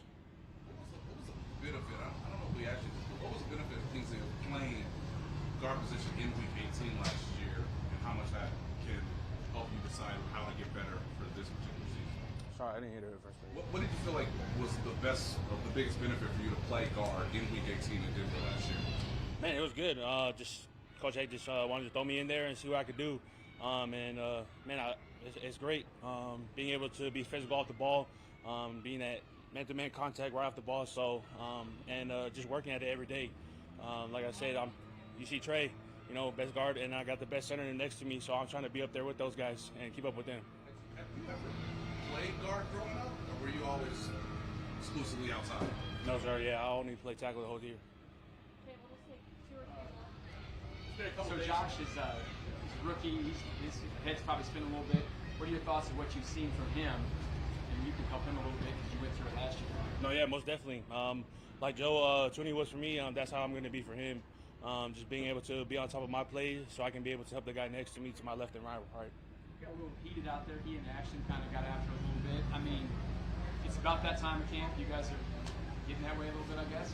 Man, we're just out there competing, having fun. You know, off the field, we're all loving brothers. But once we're on here, we're trying to knock each other's head off. So it's all love. Well, it's been a couple days since you guys have put on the pads. How does that kind of affect how, like, the O lineman and the D lineman practice? What's that do for you guys? Man, we're just out there just banging heads, man. We're just trying to. It all starts with a line up front. So we're all trying to get each other better, and we all know that if the O line and D line do good, then the rest of the backfield and the backfield of offense and defense can make their plays. Kingsley, Jalen was subbing in right after you at left guard. Just what do you think about the competition there, or potentially competing against other guys? Most definitely, man. We love to compete across the board, whether I'm at right guard, right tackle, or back at left guard. So we're all just out here trying to compete and put our best foot forward, and whoever's going to be there for that job, you know, that's what we have. Thanks, Appreciate it.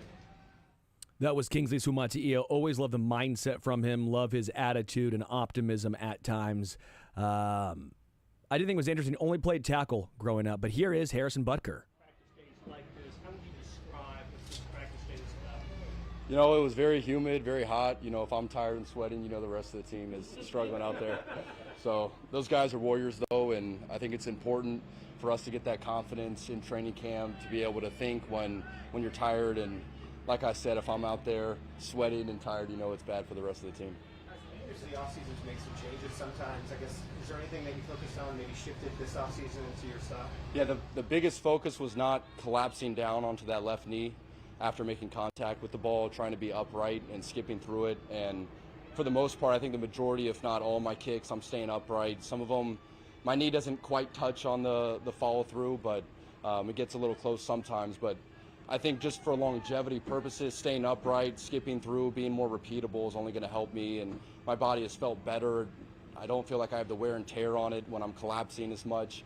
So it's easy to do it on your own, kind of when you're at a high school field kicking with no one around you. But when you have pressure and the teams around you and you have to have a good op time, that's when you really got to make sure that you're sticking with that smooth skip through and you're not falling down. So I think so far I've done a really good job of that. You made your second 16-yarder today. I guess what was the difference between the two kicks? I think if you have good ball contact, that normally fixes a lot of stuff, and that miss from 60 just wasn't great ball contact. And you try not to think about the wind. There was some wind in the face, and usually you try to overswing when the wind's in your face. But I feel like when I do my best, it's when you just don't even think about the wind, focus on ball contact, and normally that ball will go and you'll make the kick. There's some changes to the kickoff rules I'm sure you're aware of, but how much did last year going through it help, and are you trying to make any tweaks to better execute with the new rule? Well, now if you hit a touchback, so you have to hit the ball in the end zone, the return team then, or the opposing team now gets to start their drive at the 35-yard line. So no one's happy if the return team gets the ball out to the 35. So basically, as a kicker, you don't want to hit a touchback, So if I can place it in there, have good direction, good hang time on it, and let our kickoff team work and hopefully stop them inside the 30 would be great. That's kind of what my job is. So I got to avoid hitting it out of bounds. That would put the ball in the 40, and you hit it in the end zone. That puts the ball in the 35. Nobody's happy with that. Got to really hit it in the landing zone. So when you go to a practice like that, I mean, it's kind of like how far your 8-iron goes or whatever. I mean, how do you, with all the other things that happen with wind and all that stuff, how precise can you be on those? So what, on the kickoffs? Yeah. So I try to treat practice like a game. I come out here early and kick both directions and try to get dialed in. As if I was just kicking field goals or just trying to hit touchbacks, the distance doesn't matter. You hit the same thing. A punter, when they're doing pooches, they have to worry about the distance. And now, as a kicker, I have to hit the ball in the landing zone. Distance does matter. So I do think of myself more as a golfer. You have to place it in there. And I think that's why you really have to practice both directions, left to right, and make sure you're dialed in, and that you can just place the ball in the landing zone. And it really makes the kickoff feel more like a pressure kick. Before, you could just go out there, let your legs swing, try to hit it through the uprights, hit a touchback. If they wanted a high hang time, again, hit that ball to the moon. If it goes to the 5 with good hang time, everyone's happy. If it's a touchback, still not a big deal. But now there's a lot more pressure on the kicker to hit it in that landing zone. So if you're in the dome, how good are you? Within 5 yards, 2 yards? Yeah, I think I'm within 5 yards. I feel like I've gotten it dialed in. If I was in a dome, I feel like I could hit I don't know exactly what size of an area, but I feel like I'm pretty dialed in, so that's good. We'll wrap up back. Harrison, you've been the first player out on the field, I think, every morning, pretty early, too. What's kind of the drive behind that? I'm trying to treat practice like a game. So in a game, obviously, there's one field, there aren't practice fields.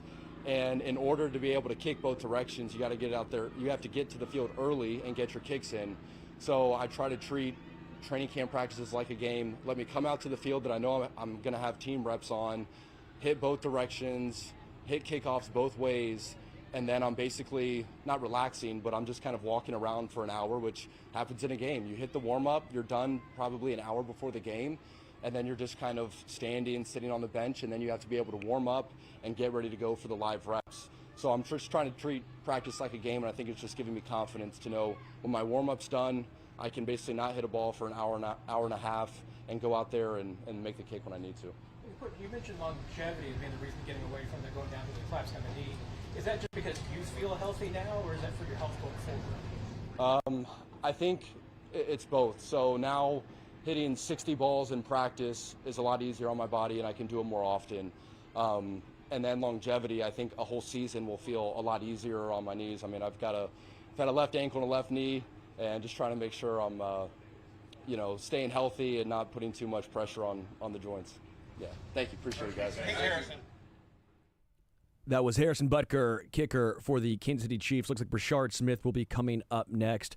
I do think there's a lot to take away from what Butker said and did. Reason why he's getting there so early. Here is Brashard Smith. About Andy Reid camps and heat and all that stuff. You're a week into this thing now. What do you think so far? I'm having fun. It's a learning experience, so I'm having fun though for sure.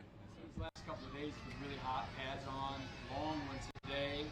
Is it eye-opening for you rookies to go through something like this, or what were your college practice like compared to this? Yeah, for sure. Eye opener. It's never. I feel like it's like this is a new experience for sure. College is nothing like it, but I'll say you just gotta grasp on and just you gotta be ahead too. So yes, sir. So what's it been like to learn the timing that Patrick wants when you're coming out of the backfield, when you're split out wide? Obviously, you have such good receiving skills, but what's it like to work with this new quarterback? The way he wants the timing to go? He's the best quarterback in the league, so it's just timing. I'll say just being quicker, that one step quicker, just having my eyes back, just being there for him and being someone there for him. So yes, sir. First time today. I guess where do you feel like you're at in that regard? I think I'm doing better for sure as far as making contact and running up and giving like a thud. So I feel like I'm doing better and better, and I feel like I'll be good at it. You're still a newcomer to the running back position. What do you feel like is the biggest thing that you still have to learn about being a running back? Just being patient. I'll say sometimes I know I'm fast, so I'll be like really quick sometimes. Sometimes I could just be a little slower, and everything will read for itself.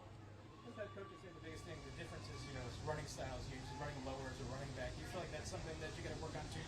Yes, for sure. Especially running through the tackles. I'll say just having my like low center to the ground, so I could burst forward. So yeah. Just considering your receiver experience, how do you feel Andy Reid is tapping into that with doing some of the practice work? I think I'm doing pretty good, just moving around, but I feel like I can learn at everything for sure. I'm a rookie, so yes, sir. Your position is kind of unique with the receiver and the see out there catching a lot of passes. Is there somebody you study or somebody that you kind of think that they picture you as and this type of role that they're making you study anybody? As of right now, no. I'm just trying to focus on myself and just trying to be the best person I could be. So yes, sir. How's special teams gone for you?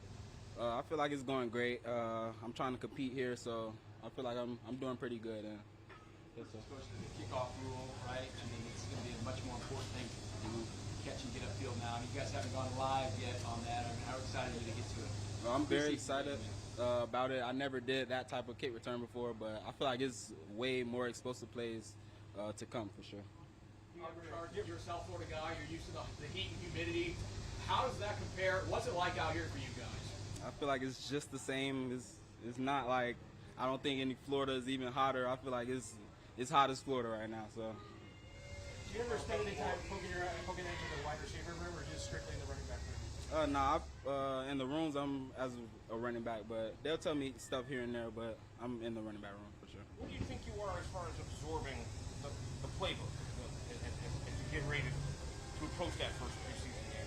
I think I'm doing pretty good as far as just knowing what I have and stuff. I think I need to do better just getting quicker at lining up. So that's about it. Yes, sir. Last one. Good. Thank you, sir. So sorry. Toad said that you were kind of learning special teams and becoming a returner. I know you've been doing a lot at SMU. What's kind of that learning experience been like, trying out being a returner, especially with the new kickoff rule and especially the punt return? I think it's great. I love the ball in my hands, and I feel like I could make explosive plays. So I love to play punt return, kick return. It doesn't matter. Just to help the team win, I'll do whatever for sure. Thank you. That was rookie Brashard Smith. By the way, training camp coverage on Sports Radio 810 WHB is brought to you by Green Grass Cattle Co., Easton Roofing, as well as Rally House. We will take a break. Les Norman joins the Zone next.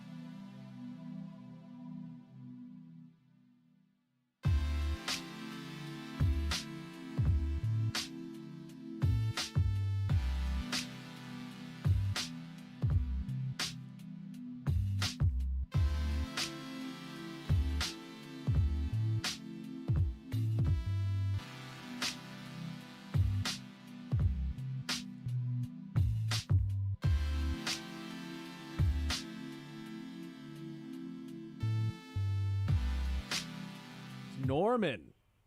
What's up, y'all? What's up, playa? I liked your text this morning. I'm like, is it a phone or are you in studio? And you hit me with the Phil Collins. Mm-hmm. You're in studio.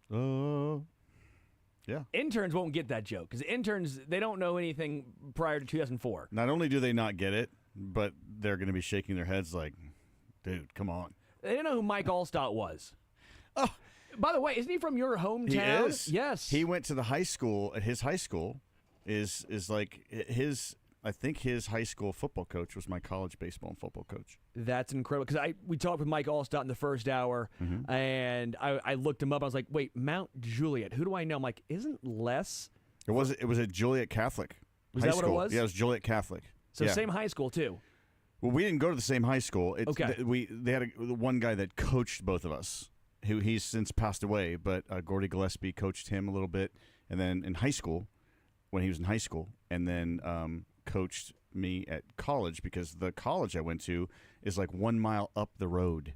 Okay. Literally 1 mile up the road on the left is where College of St. Francis, now University of St. Francis, is. And Joliet Catholic is the hilltop, sits up on a hill, up on this cool hill right on the river in Joliet. But yeah, that's a storied program, and he was a storied running back. Wow. So you have something in common with Mike Allstott, and the other Definitely thing is not size. I don't want to tackle either of you. No. Well, you'd have a better chance. Don't sell yourself short, but you'd have a better chance with me. A better chance? You'd have a better chance with me. 3% chance versus 0? You and I together couldn't tackle Mike Allstott. I don't think so. Look up interns. Look up Mike Allstott highlights of him just bowling over people. In the NFL. In the NFL. Yeah. It's impressive. He destroyed dudes. One of the first things we were talking about, in the break as you got here, was the Heat and playing baseball in it, because I was in Indiana, family reunion, and I was telling you, I was like, man, I've never once played basketball outside where my hands pruned. Mm-hmm. I was sweating so much that my hands literally pruned. Yeah. And trying to shoot a basketball was impossible.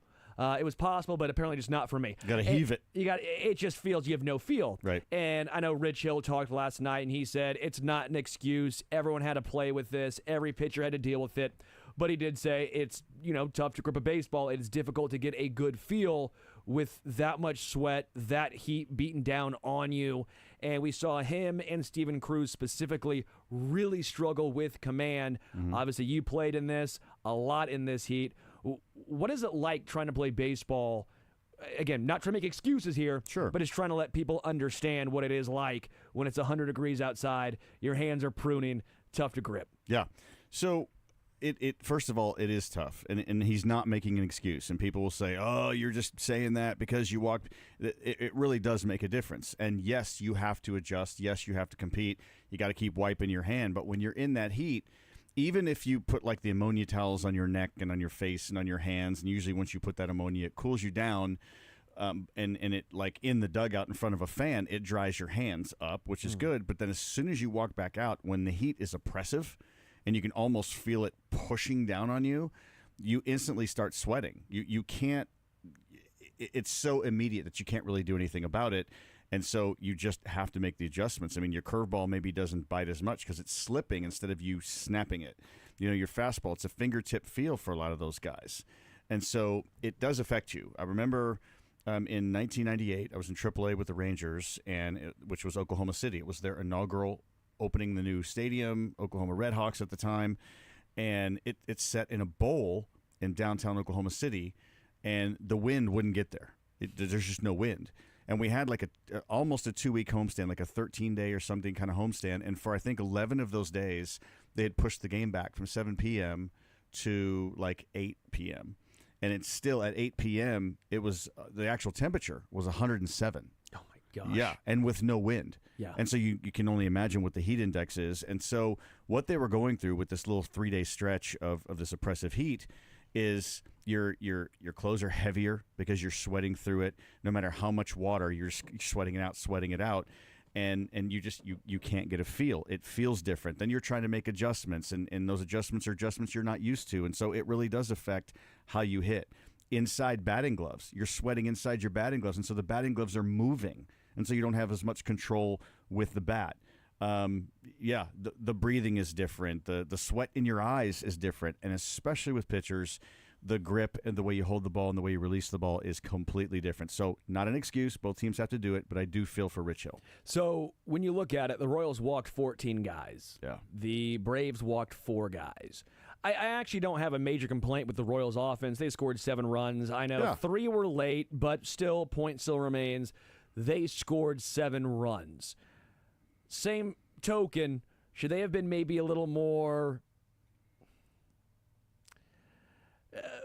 passive at the plate? Should they have almost forced the Braves pitchers to throw more strikes in that regard? I know Spencer Strider had some issues early on. I know he walked 2 guys, but what was his 62 strikes and 96 pitches is still pretty solid. I know Montero really struggled, walked 2 guys late, but I don't know your thoughts there. I mean, clearly the Braves had a game plan of, we're going to make him throw strikes. We know how hard it is for pitchers in this heat. They can't get a grip. They walked 14 times. The Royals only 4. Again, the pitching staff was the issue, shockingly, in this one. Points still remains, though. Were you surprised the Royals didn't have more of a passive approach at the plate? I think normally you would say yes. I don't remember ever playing in any level from the big leagues down to even the collegiate level of thinking, hey, it's really hot, it's hard to grip, so let's be a little more patient and take maybe a strike because he's probably going to walk us. I don't ever remember doing that. Okay. But again, with so much advanced scouting and all the tech and all the analytics that go into it, I'm sure maybe they knew about it. But again, you're talking about a Royals team that has been scoring not a whole lot of runs all year. And so I would probably take more of, we scored 7 runs and we're attacking the ball, because if they didn't, they may get a couple extra walks, but then what, hit into a double play or something like that. So I'll take, even if they did know that and it was a possibility that they may walk more people, I'll still take 7 runs and bet on that. It's just that we obviously walked 14, and that's not great. But even on a day like that where you don't get the grip, do you really you expect maybe 7 or 8 walks, not 14? Yes. So that's maybe a little bit of, yes, the grip was bad, but also pitchers couldn't find the zone. When it comes to a positive outlook from a game that the Royals fell 10-7 with Rich Hill not looking great, and there's some negatives I do want to get into long term. Sure. I think that you can kind of glean from this game, but the offense has really stepped up in since post All-Star break, kind of July on. Obviously, Salvador Perez has been extremely hot. Bobby Witt Jr. still doing what he's done. Michael Garcia now at batting over 301 yet again. Vinny has been more or less the Vinny we thought he was going to be. I think India's been, again, solid. Never going to be spectacular. That 3-run home run was outstanding, but we're starting to see him get on base. Slightly higher clip. The swing is better. Swing has been better. John Rave had a nice little stretch as well. But again, we're starting to see the offense look more or less like the offense we thought it was going to be. Not an elite offense. What it should be. But a fine offense. Do you have some reason for optimism that this is more or less what they are going to be for the rest of the season?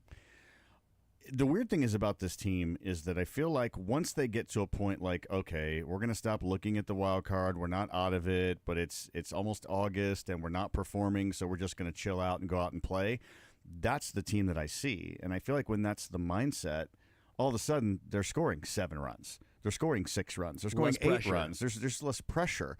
And so for me, I don't understand this because at different times I've heard Vinny say it. I've heard Bobby say it. We've heard that like at the beginning of the season. We got to stop stressing. We got to stop stressing with the bases loaded or runners on second and third and trying to force the issue. Look, this is a good hitting team within that frame of those 4 and 5 hitters. This is not a good team, 9 hitters. Yeah. I mean, 6 through 9 are just not good. They haven't been good. It's nice to see Randall Grichuk hit a home run already. I mean, that's fantastic. But again, he hasn't been here. And so I just feel like this is the potential that we would see. But for some reason, this is a team as a whole that mentally can't shake the pressure, and therefore it's the 4 runs or less a game. But when they're like, you know what, forget about the standings, forget about the wild card. You can't. By the way, that's another big league team you're facing over there. They're good too. Yeah. Just play baseball. Do with what you're gifted. Do what you're gifted at. Do what you can do. And it's rare that we've seen these 4 or 5 guys, or even sometimes 6 guys, get in the stretch where they're all good together. So if this is the case, learn from it. Let your past and your current past be your indicator of what you can do. So we got into a conversation in the first hour with the injuries that the Royals pitching staff has sustained, and Jack and I went back and forth, and we both ended up agreeing. I'd love to get your thoughts before we tell you what we said. But with the amount of injury sustained to the Royals pitching staff, can they stay afloat with guys like Rich Hill, potentially even a Dallas Keuchel, or would a trade have to happen, or is it almost thrown in the towel when those guys start? I don't think it's throwing in the towel, but I don't think it's any sign for optimism. I mean, look, I think it's very noble that Rich Hill is 45 years old still pitching in the big leagues. That's great. But there's a reason why he's been in AAA most of the year. And this isn't to bag on the guy. To stay in the big leagues as long as Rich Hill has, with 14 different teams, and what his statistics are, and I mean, Rich Hill's a stud.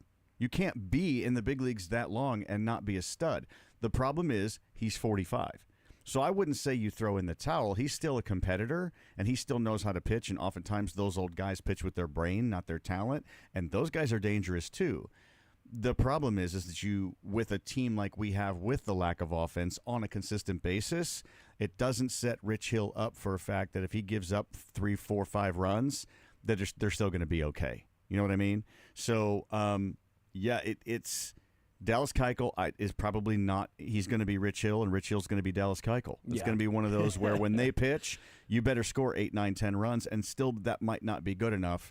So you rely on what the other guys you have, and then just hope for the best on day 5. Yeah, that's more or less what we said as well. You almost have to, if you want to be competitive this year, a small trade for a 5th starter, a legitimate 5th starter. I mean, again, you mentioned it, Rich Hill.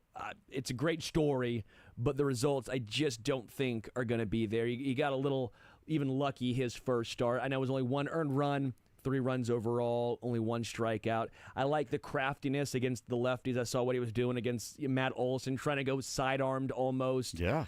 Instead of going over the top. Gotta mix it up. Yeah, he mixed it up, but his pitches were just mixing in the middle of the plate is what it looked like. Cement mixers right there. So that's what we came to the thought process. Well, and I also pointed out a little disagreement with Jack on that one.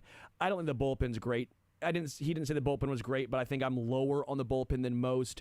I just don't believe in a lot of guys not named Lucas Erceg or Carlos Estevez and John Schreiber, anyone else. Like Steven Cruz, this was his first bad start, but this is unplayable.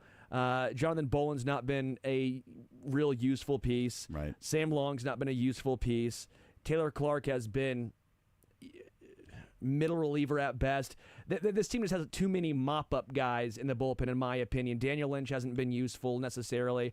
Angel Zerpa has been a middle reliever at best this year. There's just not anyone you can really count on outside of about 2 dudes. Maybe Hunter Harvey can get into that mix, but can you count on him because of the injury concerns? Right. Can you He's actually just got to count get on back him? into it. And so I'm looking at it, and I think the bullpen has been a bigger issue than maybe people realize. Yes, we've talked about outfield, but now you have 2 major injuries or 3 major injuries now to your starting pitchers. Your bullpen isn't great, and you still need some guys in the outfield. It's just not been quite the season we expected it to be. Yeah, I would tend to agree with the majority of that. I do think that Zerpa has shown flashes of brilliance, and I think that he still can be a top reliever in the big leagues over time. I just feel like oftentimes, I mean, he throws hard. He throws 97, but sometimes a 97-year-old dart just means higher exit velocity when it leaves the park. Yeah. So he's just got to learn a few more things. He's had enough experience in the big leagues now. It's time to learn those things now. I agree with some of those other guys. It has been a struggle, and you can't rely on Erceg and Estevez because they're on this team specifically to hold and save games.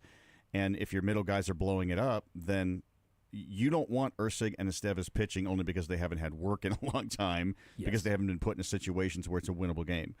And so, I still think, even though the wild card says, oh, well, they're still in it, it's really not, it's, what, is it 5, 4.5, 5? What is it right now? It was 4.5. Let me check now and see what it is. It was 4.5. It is now 4.5 still. Okay, yeah, so still 4.5. But I don't look at the number. I look at the number of teams. that they have to leapfrog and then hold the position. I feel like there's just too many teams that are a little bit better than the Royals that are vying for that. And so I'm not saying by any means you don't tank, you play hard, and you still play because, again, numerically, and yes, you still do have a chance to sneak into that wild card this year. But if you're looking to really compete, we have to be talking about the things that you were talking about as far as the bullpen, still talking about the outfield.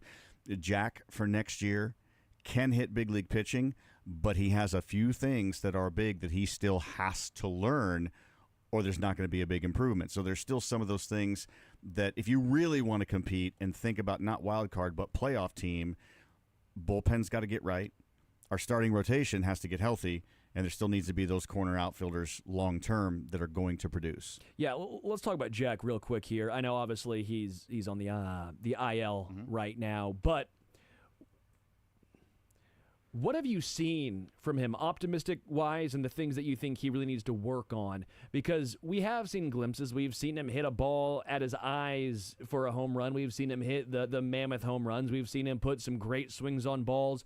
We've also seen him at times almost exclusively swing first pitch because I don't know if he's comfortable hitting with 2 strikes. What have you seen from Jack so far? And is I don't say an IL stint a good thing, but he's not getting sent back down to the minors. Nope. And now it gives him a little time off to breathe. It's a hamstring. What have you made of this entire Jack Caglione situation? He better not get sent down to the minors because we're having to deal with MJ Melendez again.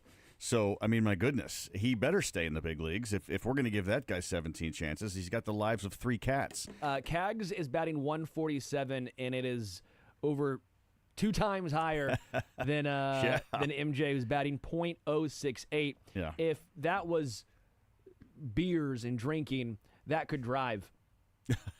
Okay. Because under .08, right? I get your point. Yeah. You don't do it. I'm not saying I'm not advocating for Right. it, but I'm saying legally speaking, he is under the legal driving limit. .068. Yeah, I hear you. I hear what you're saying there. So, okay, with Jack, look, his exit velocities are great. He's got good balance. He's not the things I like, the positive. Exit velocities, he's really strong. He doesn't get beat by mega fastballs like 97 and up, even with movement. I think he's can hit the ball the other way well. I think he has good balance. He's strong. He's got good hands. He's got all the makeup of that, okay? So the negatives. He's got to get over the whole anger slamming the bat thing. He's got 7 minutes in the big leagues, basically. So he's got to stop slamming the bat every time he makes an out because that tells you right there, 1, he's in his own head. We like the fact that you're a competitor, and if you do it once in a while, okay, fine. But he got in that string of he was doing that a lot. I'm sure somebody talked to him because I didn't see it as much up until when he tweaked his hammy the other day. He's got to stop swinging at first pitch up and in, first pitch down and in stuff. He's got to stop swinging at change-ups early in the count, even if if it's right down the middle, okay, take your pass. Because even if he's long and he gets out front a little bit, he's still strong enough to drive it out of the park. But Jack is in his own head. I don't know if he's actually looking at the scoreboard, but it feels like he knows he's hitting below 200, and so he wants to get 3 hits every swing he takes. And that's evident in swinging at pitches that are up and in a foot off the zone, down and in on pitchers keep throwing him inside hard and then soft away. And it's like every time he gets up 0-1, 0-2, 1-2, and then he's a defensive hitter.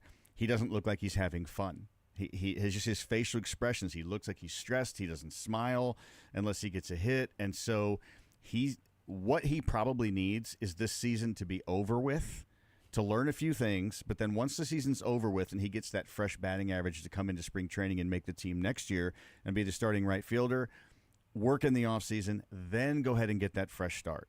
This is a trial by fire. The fire has intensified in him a little bit, obviously. And so mentally, emotionally, and then some physically, think zone instead of I'm jumping on this fastball. Think zone instead of I'm jumping on this first pitch no matter where it is, and then he swings himself into the ground. 0-1 is not a defensive count as a hitter. You still can – you have plenty left. You can still be patient.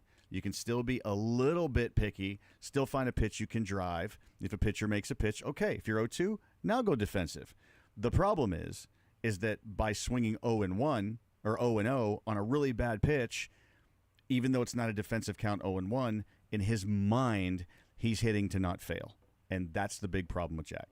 And I think you're bringing up a very good point about just reset. He's batting 147, the expected batting average, which I know people are sick of hearing, but I do think there's something, at least some underlying validity to it. Validity to it is 260. You're batting 260, feels a lot better when you go up there, a lot more confidence when you're batting 147. You're trying to get to 250 all in one swing. It's just not going to happen. No. Sitting him down again, you're not sitting him to the minors, in my opinion, does him no good. No. Because you send him to AAA, he's getting pitched around again. We know he can crush AAA pitching. That's not the issue. He's going to have to figure it out here in the majors. Again, that's why I say it's not good he's on the IL, but maybe a little breather. You don't have to sit on the bench. You're not forced to sit the guy, right? Yeah. It's a I don't think it's the worst situation in the world for Cags to have a minor hamstring injury to try and I completely and try agree. and sit. You don't want a guy to get hurt, but you got to use the negativity. And I think for him, the timing of if you had to have a hamstring injury, and hey, a guy with like 3 human hamstrings the size of his legs probably needs the IL stint. But look, if it would have been 3 to 4 weeks and then they thought about sending him down, that would have been okay. But the fact that you kept him up here for as long as you've kept him up here, you better not send him down now, because now he's going to think, I failed. Yeah. I failed. Even though he's going to know and everybody's going to know he's so young, he is the future of the Royals in that right field spot. Also, maybe some first base down the road, who knows, but right field. And he's done a decent job. He still has a lot to learn, but hey, he's got Rusty Kuntz around, so that's not a fear. So, yeah, you got to keep him here. You got to teach him. The veteran's got to be in his ear, and he just has that work that he has to do. So let's take a break. When we come back, I want to talk to you, Bubic, again, being done for the year, what that means for the Royals, what that might mean for his, and also if they handled him correctly, because he talked about how he has had that feeling in his shoulder for a while. Not the one that eventually happened against the Marlins or his last start, but he still had some straining going on that he was pitching through if they handled him correctly. The Seth Lugo extension, which I think is very, very fascinating. And I want to get your thoughts on the job you think Q has done to this point this season. We'll take a break, come back, more or less Norman after this.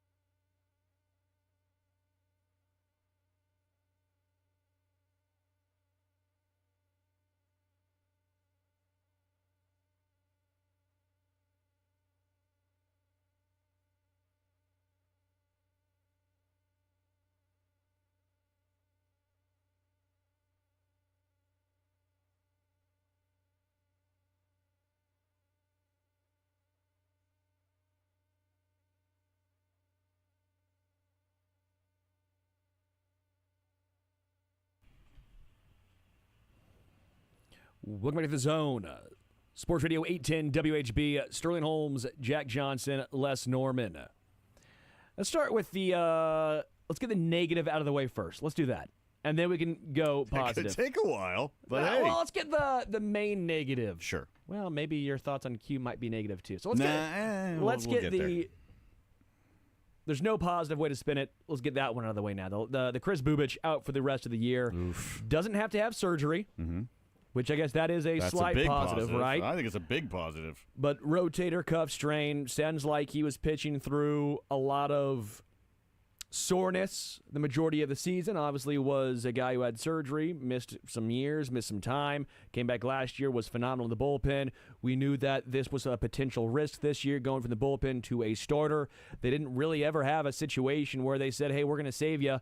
Not many 2, 3, 4 inning outings. It was a lot of, you feel good, you look good, you're staying out there, and it was rewarding Kansas City with an all-star appearance this year, 2.55 ERA for Chris Bubich, but now done for the year. Did they handle Chris Bubich correctly? This is not a cop-out answer. I'm going to say I don't know, and here's why. I wonder if he was hurting at the All-Star game and just didn't say anything because he was an All-Star. You know what I mean? And I know that they've been trying to protect his innings. They've been trying to track it. But again, you just said it. If you're trying to protect his innings, they still let him go a little bit more. And they knew he was on pace to have more innings almost at the halfway point than he did of all of last year. So I don't know that the Royals could have handled him differently because, again, everything with his surgery, with his rehab, with his response to his fastball, his curveball, his bite, they worked their way up. I don't know that they could have handled it differently, worse, or better. And so I think if it's non-surgical, but they are shutting him down, I do feel like that's probably the right thing to do. It stinks for Royals fans. But because it's not surgical and there wasn't damage, but they're still shutting him down, I'm going to go ahead and say I'm going to swing more on the positive on this and say they didn't handle him poorly. I don't think so. Yeah, I don't think so necessarily either. I just think it's unfortunate. Yeah. I think it's just It's baseball. It happens. It's baseball. I know he's not a hard thrower, so you hope that he's a guy who can, go a long time, kind of like Michael Wacha, or I think Seth Lugo is a great example of that. Wasn't the case, which again brings up the question of, he has next year under contract, arbitration for Kansas City, but do you extend a guy who has not quite shown to be healthy? His career high in innings pitched is 130, and that was in 2021. Do you have to think long and hard about moving him to the bullpen, even though you know what he can do as a starter, which is an all-star caliber pitcher? Issue is you just don't know how many starts you can get out of that guy. Yeah, I would probably wait until after the first month or two next season, and if he proves he's doing well, I wouldn't have a problem extending him. I don't know that I would extend him for 7 or 8 years. Sure. I would extend him for a little shorter term and see if his agent's willing to do that based on the whole injury thing, and I think that the Royals have.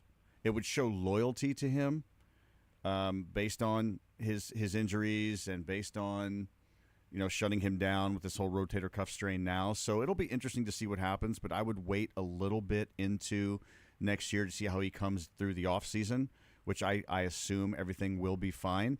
But again, when you have rotator cuff strain and it's non-surgical, then you get into next season, he seems healthy, feels healthy, but then third, fourth start, all of a sudden it's not a non-surgical, it becomes a surgical thing.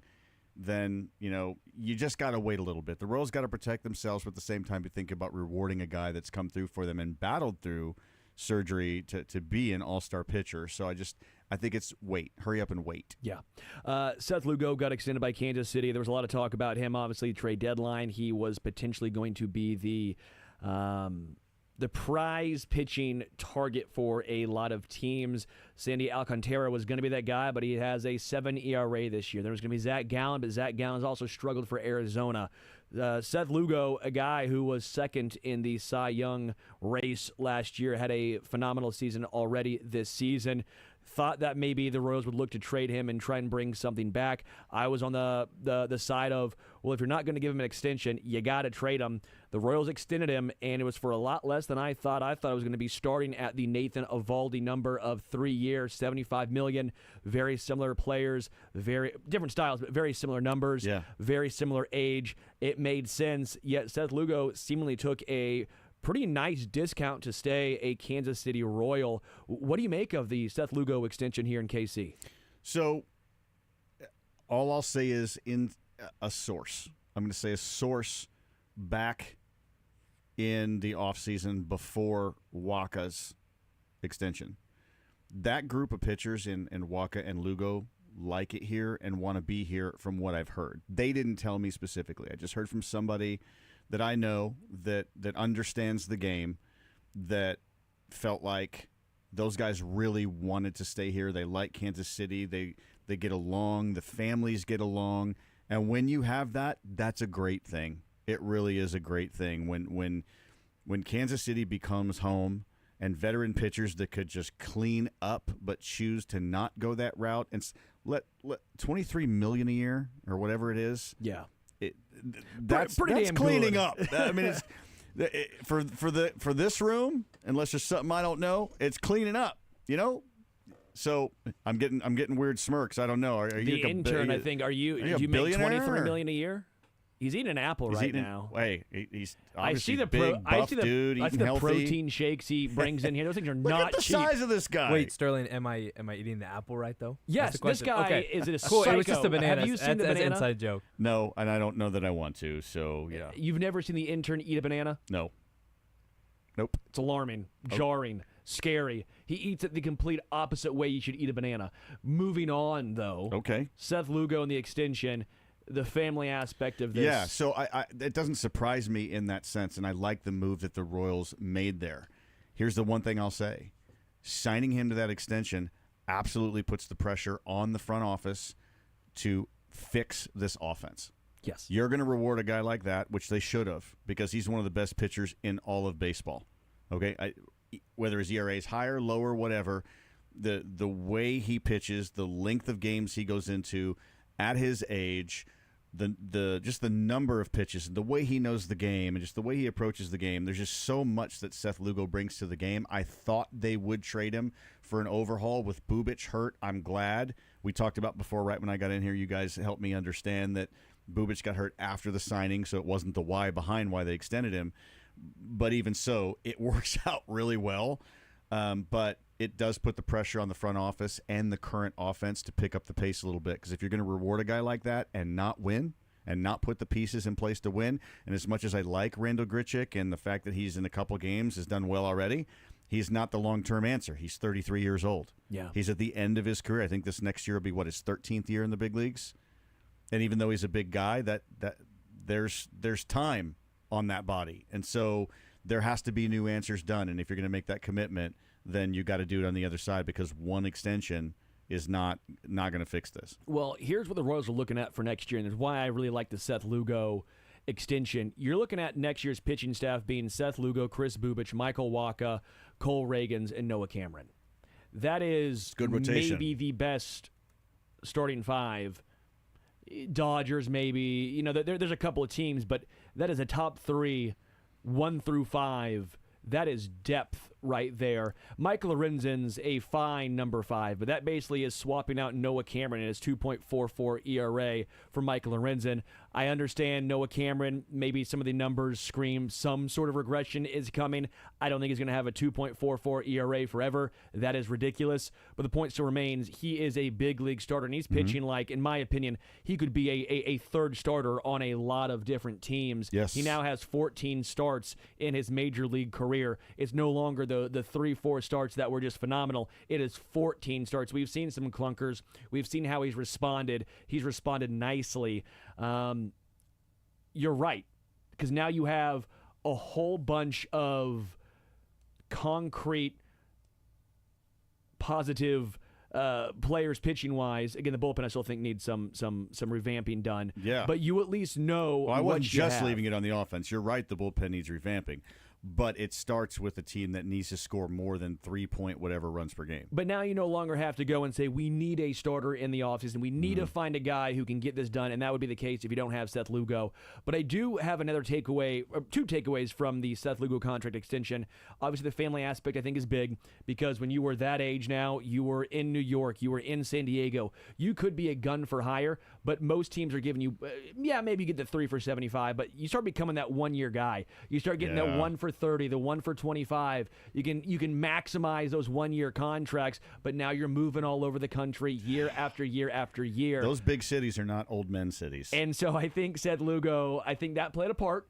But also with again, my personal opinion, this being a fairly team-friendly deal for KC, Royals are no longer paying the bad team tax or the small market tax. They're no longer paying we'll go to KC, but you got to pay me a couple extra million to go there versus going to San Diego. You're going to have to pay me 28 instead of 24 because I'm going to be in the Midwest and on a team that's probably not going to have a chance to make the playoffs or compete.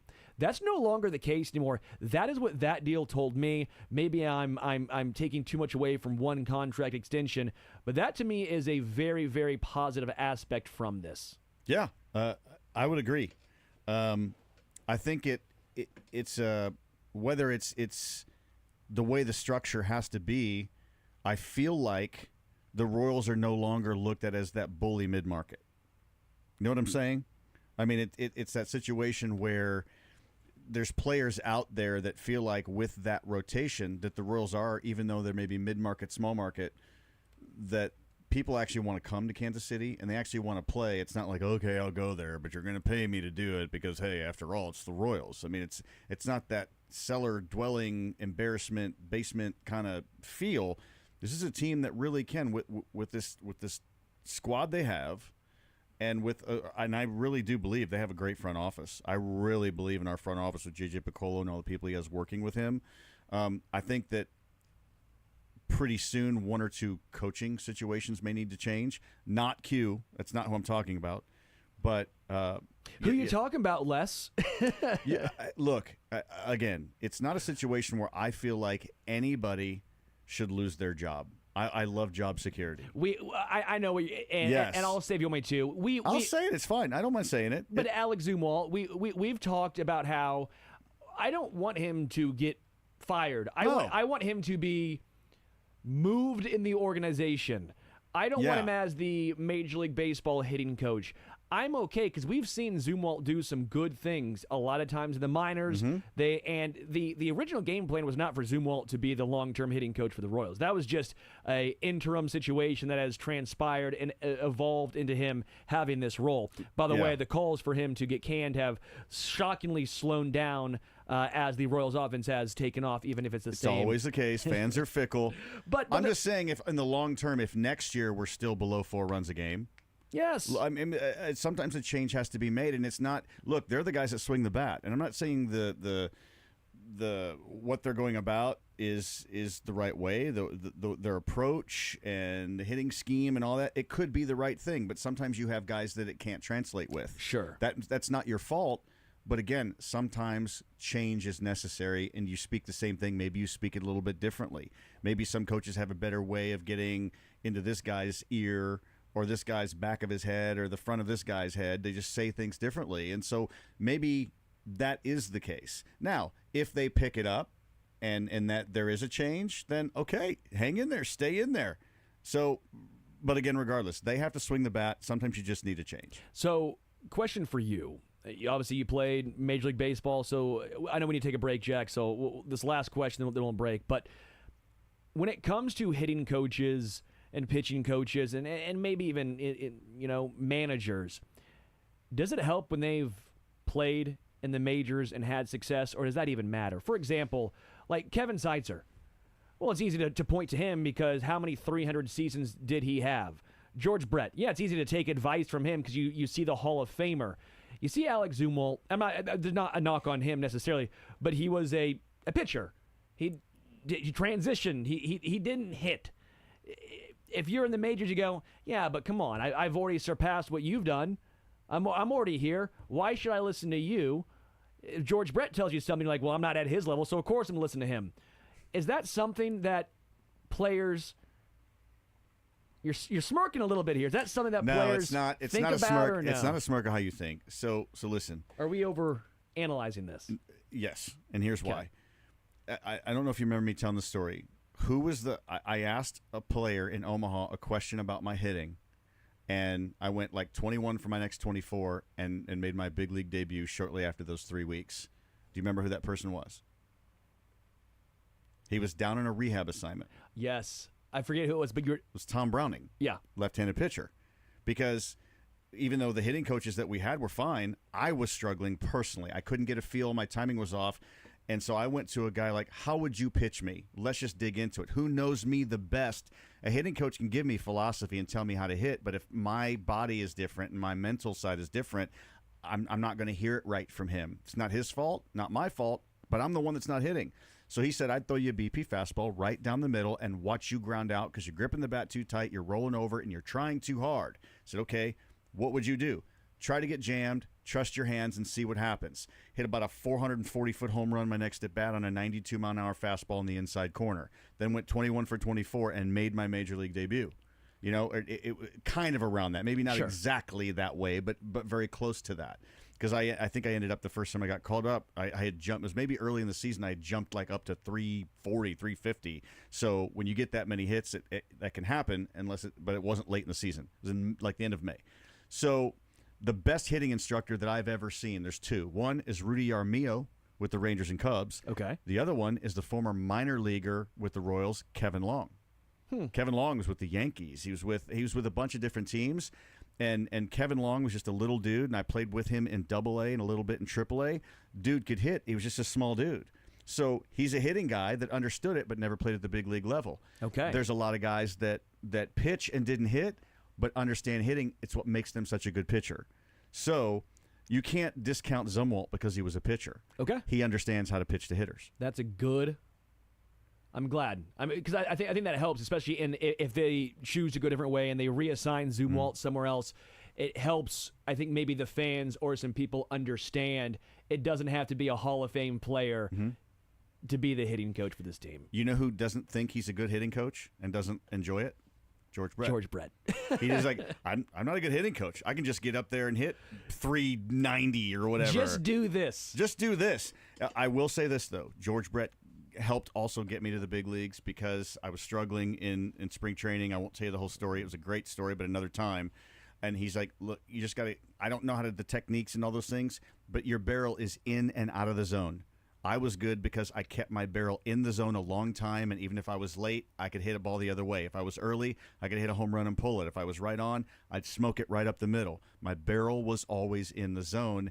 When I made that change, I had my best big league camp and ended up getting the big leagues that year and then making the team the following season. Which is why I think we've seen the biggest change with Garcia because his bat stays in the zone for a long, long time. We'll take a break, come back more or less normal. We will get your grades on cue as well as JJ coming up next.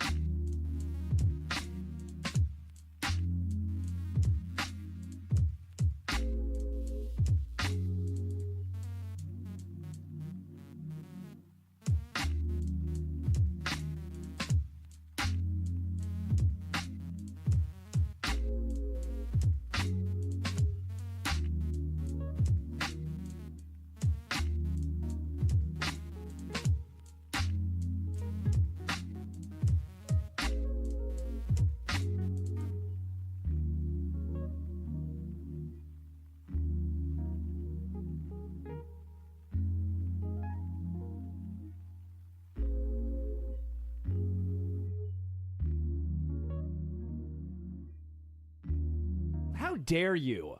Side with an intern over you? You sided with an intern on how to eat a banana like a psychopath. How many people have you killed? 0. Hey, do you want to play in the pros? Eat a banana. Without the peel. Yeah, without the peel. Peel it the whole way. You Not play in the only, MLB. not We're playing only the MLB. I peel the whole thing because, again, those little strands on the side, if I eat one of those, it ruins the banana. It's like when you're eating sunflower seeds and you get the one bad seed. That Exactly. You That's chomp like overcooked. It ruins the whole thing. Yes. So, and then I peel it and get the side things off, and then I also split it in half and eat like half of it. But that I do because I have a golden retriever who loves bananas. He can literally upstairs in my house, when I'm downstairs, he can hear me peel a banana, which is usually pretty silent. He'll come sprinting down, but regardless, for that specific reason, I peeled the banana fully. So you're going to have to deal with it, man. You will never, I don't care that it's 2-1. Jack, please tell me you eat a banana like a normal human being. Would it surprise you if I said I don't eat bananas at all?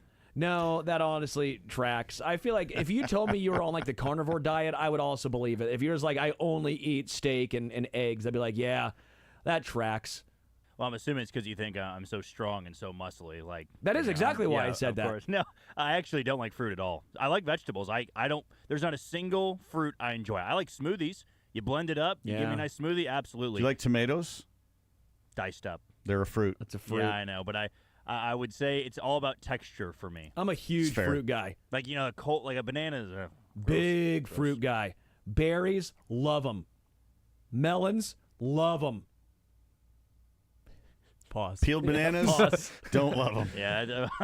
Peeled bananas. Mark that. Yeah, hey, there's nothing wrong, okay? I like melons and fruit. There's nothing wrong with that, Jack. No, not at all. Okay? Healthy. Guy, I like it. All right. What's coming up on Breaking the Norm? Yeah, really cool. Calvary University in Kansas City here is starting their baseball team up. And Mick Simpson, who he's the coach of 643 out in Blue Springs and coaches baseball, been doing it for a long time. Guy I greatly admire. He's the head coach of the baseball team, and they're getting that started. He's just a leader of young men, and he's one of those guys that you wish your kid would play for because he's just super structured, just cares about the kids. So he's going to be in studio with me, and we're just going to talk about him coaching at Calvary. And over the years, I was never a perfect coach, and there's no perfect coaches. But I wanted to coach kids based on the fact that they're going to be husbands, fathers, men in business, just people that needed to have a positive effect on society. And as a man of faith and as a man of high moral fiber, he is that guy. And so I just wanted to bring him on and pick his brain a little bit and pump up the program at Calvary. Love that. Let's get into the little final talk here with the Royals. Grades for Q and grades for JJ. Let's start with JJ Piccolo. Yeah. What grade would you give JJ? Obviously, we now know what this team is. It has underperformed. There's been some injuries, obviously, but where would you land grade-wise for JJ Piccolo? I'm going to give him an A because a lot of the stuff that's happened on the field is, I feel like, for the most part, we've put, and it could be an A- because we haven't done the outfielder thing, and that would go to maybe the off season. Sure. But then again, seeing the signings that they've done with the rotation, these pitchers that we've had to do, not to mention you've got arguably the best shortstop in baseball. You've got Garcia, Vinny, you've got all these core guys. I think he's getting an A for that. And you can't perfect. You could be the worst GM in baseball and just have the best team. You could be. Aaron Boone, to me, is a fiery guy. I think he's a good manager. I don't think he's a great manager. Sure. But, again, it's New York. Nobody there is going to give him an A, but he's going to get higher grades because he has Aaron Judge playing for him and other guys. And so I think J.J. Piccolo gets an A- from me. Yeah, I've been impressed with Piccolo, honestly. Yeah. I know there was some talk with the outfield, but I don't really think this past offseason there were a lot of great opportunities for the Royals to go out and acquire some guys. Obviously, Anthony Santander, we've seen that. Jurix and Profar, we know that with the PEDs. Mm-hmm. There weren't a lot of great options, and you can't force players to all of a sudden magically appear. There's wisdom in not signing people and not pressing a panic button. And you've seen instead they pivoted and brought in Carlos Estevez, who ended up being an all-star this year as a closer. They re-signed Michael Wacha. We've seen the re-signing of Seth Lugo. Yeah, you can't really give credit to Noah Cameron because that's more of the minor leagues, not necessarily JJ, but still overall I've been impressed. Q gets a B. He gets a B for me because I don't think he's fired up enough. Sometimes you got to get kicked out of a game just to show your players that you got their back. Thank you. Yes. I am so annoyed. Salvi gets drilled. I'm sorry. I get it. It doesn't fix anything. It doesn't change anything. Drill Acuna. Fire up a little bit. Get something. Run out of there. Yeah. Stop being so mild. I want some picante sauce. Give me some hot sauce on this. Some ghost pepper. Let's just find out how Q eats his bananas. If he eats it, I bet he eats it your way. He should. I bet he does. Big and leaguers do that. That's why. Big leaguers and interns do that, man. Congratulations, intern. You eat your banana like a big leaguer who eats it like a psychopath. That's on you. Come on, Les. I'm not mad. I'm just disappointed. You'll deal with it. Love you, Les. Love you.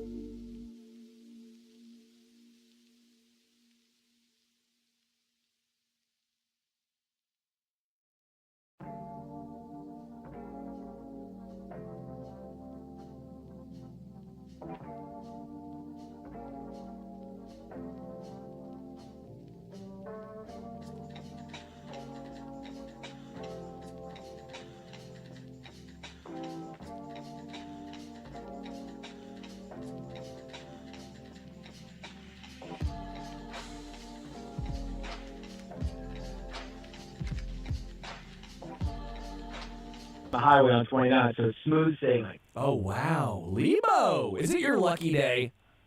Yeah, yesterday they were doing a little striping work, which is necessary. You have to have good markings on the roads, but I didn't really need it at 12:30 yesterday. No, That's what I was after. That does not sound ideal. Not striping, but scrapping. That's what's going on between Ashton Gelati and Josh Simmons. Yeah, we were about to scrap in the tent. It was hot. Everyone's tempers were high. Andy said it was ornery. They were ornery. They were a little ornery. This was not deep into practice either. This was, maybe first hour. I practice went 2:20 at least. It was a good, long, hot, grind them down practice. Third day in pads. They've got a 10-10-10 short practice tomorrow. Then off on Thursday. So they wanted to run them down today, and they did. So there was a play where, there's some video out there. He was actually up when people could shoot video. And Josh Simmons he's a bulldog, right? And he continued the block a little long, probably, for Ashton Gelati's liking. He pushed him back a little bit, then Simmons swung, and then Gelati swung back. And then eventually Simmons' helmet came off in the ensuing little fracas. This was not a brawl. I've seen some, things online. Chiefs brawl at campus. This is no freaking brawl, okay? But it was more than just a shove, 2 punches were thrown, one by each guy. But it was aggressiveness, and, I think if you're a Chiefs fan, you want Josh Simmons to finish blocks, to the echo of the whistle. And if you're a Chiefs fan, you want Ashton Gelati to take offense. And that's what you got out of a couple guys who are friends, but in the same rookie class together. Yeah, my takeaway was I like it. I like the fieriness from these two rookies because it shows that they care. And this is, again, before it got super hot outside. It was early into practice. Oh, it was definitely still hot. I'm not saying it wasn't hot, but it wasn't 2 hours into it yet. But I'm laughing because we see this coming out of Chiefs training camp. Then the Raiders, we see the headline, quote, Raiders player offended by Wilkins' kiss. And I'm sitting here going a little different in the AFC West training camps. Yeah, a little bit different for sure. There's a coaching point in each. Number one, nobody wants your kisses. Number two, on the Chiefs camp, listen, they want them to be aggressive and everything. But if you throw a punch in a game like that, for either one of them, you could be kicked out of the game. So you got to make sure that you're not swinging. But this is practice, and, it's their first week of professional training camp, and there's a little coaching point in there as well to be smart about how you get aggressive. Yeah, when it comes to Hollywood Brown and that injury, I know Andy Reid spoke briefly about that. It seemed like Andy Reid, for such a long practice, he may have been tired too, maybe a little worn down. Some shorter answers from Andy. How serious in your mind was the Hollywood injury?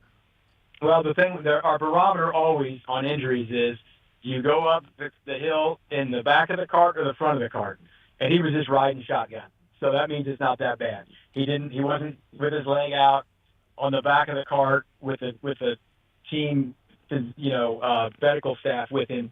So that leads me to believe it's not much. And I've seen a couple little tweets out there from quote unquote insiders in the NFL saying they're not too concerned, could even maybe practice tomorrow. My guess is he probably won't practice tomorrow because it's a short one anyway, and they have a day off on Thursday, but we'll see. Didn't seem to be any real concern on him, so I think that's probably not a concern. But it should be a concern anytime you see Hollywood Brown's name on anything because he's not making it through the season last year, barely made it through the training camp, and then he got hurt at the first game, so the first preseason game. So he is someone you got to look out for, but they don't seem overly concerned about this. Yeah, so some of the major injuries that Reid talked about, and when I say major, I mean more of the There was a longer list today than any other day, that's for sure. Correct. Jeffrey Boss with an ankle, Christian Fulton with the knee, which we knew about, Brainstool with the hamstring, the UDFA tight end, Hollywood with the ankle, Sky Moore with a hamstring, and Xavier Worthy with a head injury. Banged his head. I didn't see Xavier leave early or anything. Sky Moore left very late in the practice, went up the hill. Once again, setting up right in the cart, hamstring there. He had a pretty nice practice earlier. He made a nice red zone touchdown catch. And, this is important camp for Sky Moore. So I don't think it would be good news for Sky Moore to be hurt, but he's got a little hamstring right now. I don't know how on earth you could hurt your hamstring when it's that loose and hot outside, but He did, apparently. I was thinking the same thing. There was a litany of hamstring injuries that Andy Reid was talking about. I'm like, is it because it's hot that it's getting tight? Like, as far as you're just getting almost like a Charlie horse? Because you should be so darn loose with the heat. Yeah, if you start cramping, maybe you get a little cramp and a little strain, a little something, or maybe it's just hot and you're like, oh, my hamstring hurts. I gotta go in. I don't know. I'm not saying anyone did that, but Jalen, I would have. Well, Lebo, come on now. Any media tap out? Any media say, hey, it's too hot? No, but they did come through the tent. The medical people are always coming through, and they said, is everyone good in here? Because it was hot. I mean, there were several times I saw the medical people who were up and around camp going and checking on people in the stands. We're in a tent. I mean, it stinks, but it's not that bad because you're in the shade.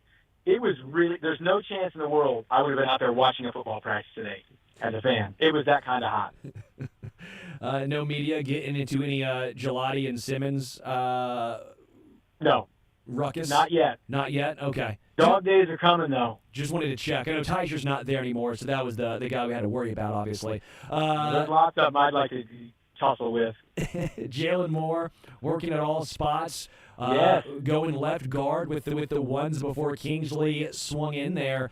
What do you actually make of this? Because Andy was a little non-committal, but he did talk. Of course he was. We were talking in the tent, what's Andy going to say about this? We were all like, he's just working everywhere. And that's pretty much what Andy said.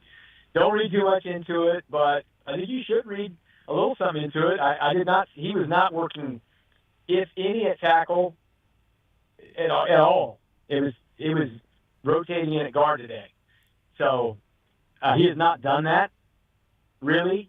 So it's certainly something to watch. I mean, I do think it makes sense to try these guys everywhere. I mean, Jalen Moore is going to be a valuable person on this team. You can't have enough good, solid offensive linemen. Make yourself valuable. But we were all talking about that in the tent, about how, wow, we haven't seen this before. And he was in there quite a bit at guard. Yeah. We saw, at least Mick Schaefer said that actually yesterday we saw Hunter Norzad at guard as well at some point, which, again, is interesting to me, not just as backup center. Does this mean there's an actual left guard battle, or is this just, hey, Kingsley, you're our guy, but we still want to see who else can play guard outside of you? Well, I don't think there's any question it's a battle. I mean, they're not handing a job to Kingsley Suamataia, who has played, precisely one game at guard in his life, right? They're not handing him the position and saying, all right, you're going to be the guard on this team. So I think they got to look at all parts. There's no question about that. What was the biggest surprise today for you at training camp? Anything really stand out? Well, I do think that the Jalen Moore guard was something we hadn't seen before, for sure. We just hadn't seen that. So that was a surprise as far as positional stuff. I do think we probably read too much into, pass completions and, who's lining up with the ones here and there. But there's something to be gleaned from it. And the fact that he was in there at a position he has not played before, that was certainly something to see. No question. And I did like, it stands out to me. I just think that both those guys we talked about in that scrap, Josh Simmons has been great. Okay, they have gotten everything they wanted out of him. They have not gotten to even a preseason game. They haven't played a game. But where he is right now is what a lot of people didn't probably expect to happen with the injury. But he looks the part. And I'm telling you, Austin Gelati, and he's scrappy and he's quick. Got a quick first step, but he's got some fire to him. I think he's definitely someone they're excited about as well. Is this a situation with Josh Simmons at left tackle that seems a lot? Because last year we talked ourselves into Kingsley Suamataia at left tackle, right? We were like, man, Malik Herring must have taken a huge step forward because, look, he's given Kingsley Suamataia issues. And we end up realizing, no, Malik Herring's more or less the same guy. It was more Kingsley not taking the job. We talked ourselves into that. Is there a little bit of the opposite going on now that Josh Simmons looks great? He's stonewalling Ashton Gelati, or I guess what should expectations this be? This feels more real to me. I definitely think this feels more real. Last year, Wanya Morris was working in there too, and, Kingsley was getting a lot with the ones that they were working a lot of guys through. This has pretty much been Josh Simmons' camp at left tackle. So I think they want to see what he can do health-wise, obviously to respond to the patellar injury. And he looks like someone who most people thought would be a top 10 pick had he been healthy. So maybe they got a steal. Pete Sweeney said the other morning on New Day with this, it could end up being the seal of the draft, and there's a lot of consternation around the league now. How did the Chiefs end up getting someone that solidified left tackle, way down deep in the draft like they did? But we'll have to wait and see. He has so far answered all the questions and responded very well to getting through these hard practice and all that stuff. He never looks like he's limping or has any knee ailment at all. He's scrapping out there. So he looks the part. Now, as you said, sometimes we just get told something. Like last year, the Chiefs told everyone, the bill of goods, that they were fine at left tackle. No need to go look for anyone else. They've got Kingsley Suamataia. They've got Wanya Morris. They don't need to go call Donovan Smith or anything like that. And they were wrong. They were absolutely wrong. I don't think they're going to be wrong twice at this. This feels a little more real than them trying to convince themselves last year on the others. Are you surprised that we've not seen Jalen Moore more at left tackle? Because it does feel like this is Josh Simmons at left tackle. Like, are you surprised it's over that quickly if there was a battle? Yeah, we'll have to watch some more reps as we move along. But, I mean, if you were someone who people thought was a top-of-the-draft left tackle, no, it shouldn't be surprising. You're talking about a backup coming in from another team. It shouldn't surprise you that someone who went to, the national champion, who was a starting left tackle at a big-time Big Ten school, would win that job if he weren't hurt and graded out as someone at number 7 or 8 pick in the draft. Yeah. It shouldn't shock us. But listen, it's still high.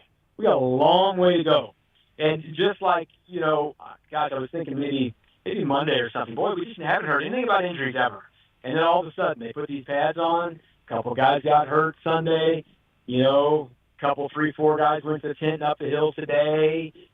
So this is the time of camp you start seeing those little things happen. And, you see really rough things happen around the league. And there's some guys get hurt at practice. And we've seen that happen around here as well. But right now, so far, so good on that front. But I do caution people, long way to go till they play a football game that counts. That's not till September, and we're not in August yet. Yeah. Very fair point there, Lebo. One of the things that stood out to me was Harrison Butker and him getting there so early. Obviously, he's working on the new kickoff rules, but he's also working on not collapsing that left knee after contact. A whole plethora of things that Butker has been doing there. But I've been impressed. A guy who is he the highest paid kicker, or at least I think he was when he signed that contract. A guy who's a veteran, who's in no real jeopardy of losing his job, any of that, and yet he has been the first guy at practice trying to make sure he gets there and kicks both directions, wants to make sure it acts like a real game-type situation where you practice and you have a couple hours off before you get back into the game. I guess, how impressed have you been with Harrison Butker and his work ethic? Well, he's always been that way. I mean, he's very meticulous about what he does. He works really hard in the offseason. He never rests on his laurels. He doesn't like to change things during the year. He likes to tinker in the offseason, and he has decided, probably through lots of careful study. We'll get to talk to him. He's a fun guy to talk to about the mechanics of this stuff in the locker room at some point, but they were kind of like, he would have stood there and talked for 10 more minutes because, as he said, he was sweating and hot, but he didn't want to start with the other guys, and he loves to talk kicking. But he obviously has figured out that he thinks it would be better for him to not drop down to the ground after those kicks. And I was going to ask him a little bit about how you physically do that. I mean, you have to mentally think, all right, I have to stop right here, because it's something that kind of just happened naturally for him over the years, and now he's trying to make that adjustment. But the part that I think is exciting him and is excited Dave Toe, one of the reasons he's out there early, is he really has to dial in. You like that golf analogy, probably, right? I love the 8-iron, Lebo. That wedge in there, trying to, this is my 106-yard club, or am I going to hit this 102 today? Because that's going to be way more important. Last year, sure, there were some more kickoffs, but for the most part, they're like, just kick it in the end zone. And they may get there this year. This could turn out to be, the 5 yards is no big deal. It's too risky to try to kick it because you may miss the landing zone. You may kick it out of bounds. Maybe your cover team's not good. Maybe they'll just blast it through. Who knows? But right now, they're preparing to try to be as good as they can at making these teams return the ball. And the only way to do that is to keep doing it. Now, listen, here's the thing. As the kind of question I was getting at, it's going to change every single place he goes with the exception of domes. And even some domes are a little different. The field's a little bit different. Maybe there's the air conditioning on or whatever, the wind patterns, even though it's indoors, that the ball does move a little differently in some domes. But that's where, exactly like you're watching a caddy, I got a half a club wind, we're uphill, how far exactly do I have to hit this? So he's working harder now on dialing that in than he's ever had to. Because you heard him say, you just blast in the end zone. You don't have to worry about anything. You kick a field goal, you don't want it to go over the bar by 1 foot. As far as over the bar as is, it's good. You know what I mean? This is different now. You really want to get yourself to be able to kick it in. He was hoping like a 5-yard box, right? Like this ball is going to land between the 1 and the 6-yard line. He would love to be able to tell you that. But that's just going to take a lot of repetition. And as you said, it's going to sometimes I got to get 3 more yards on this because the wind's at my face, or I got to take it off a little bit because it's at my back. It's going to be, and if there's anyone who's going to prepare themselves for this, it's going to be Harrison Butker because he works really, really hard at all those things. I think the Chiefs need to get Fluff, the caddy, and just hold up a cigarette and see where the wind's going. Where's the wind going? Yeah, I think that'd be a real nice treat. Get a caddy for the sideline for Harrison Butker. Butker. Everywhere. I mean, it's you're picking which direction you're kicking, which stage you're in, later in the year, early in the year, and he will be out there really early working on those things before games because he is one of the really early guys out before games. Yeah, I guess I'm just thrilled by this. If he's working on not only the new kickoffs, but he's also trying to stay more upright, not collapsing, calling it a skip through versus collapsing. That's a lot of things for a kicker to be working on. Again, I'm always. He never rests. He doesn't rest. I mean, they've got a lot of guys on this team who don't rest on their laurels, and he's certainly not one because, as you said, he's one of the highest-paid kickers. He's kicked game-winning field goals in the playoffs and Super Bowls, and kicked record-linked field goals for the club and all that stuff. But he's also someone, missed a couple games last year. He's missed some games before. He's going to work really hard, and he wants to kick as long as he can, and trying to find a way to do that. Yeah.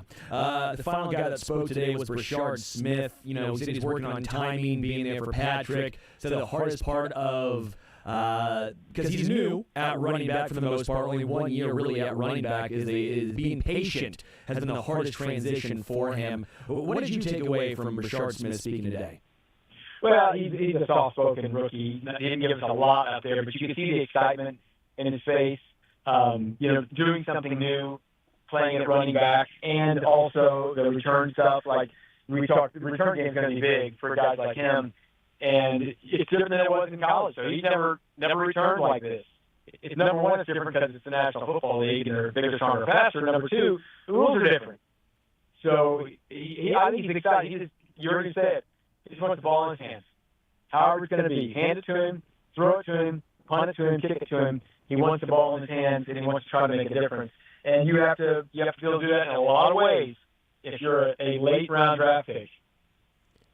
How has the running back room breakdown been? Obviously, you don't really see anything from the running backs that I think you can really take away from as far as maybe who's actually in there. Have you taken anything away from that yet, or is it still way too early? I mean, you're seeing them all, I mean, Pacheco's probably the number one.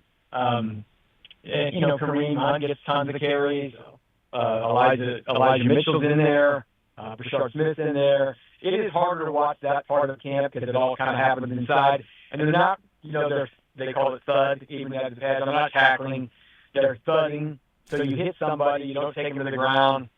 It's a little more difficult to watch that and see how it's going. You really kind of need that to be game stuff before you kind of make a judgment on those guys.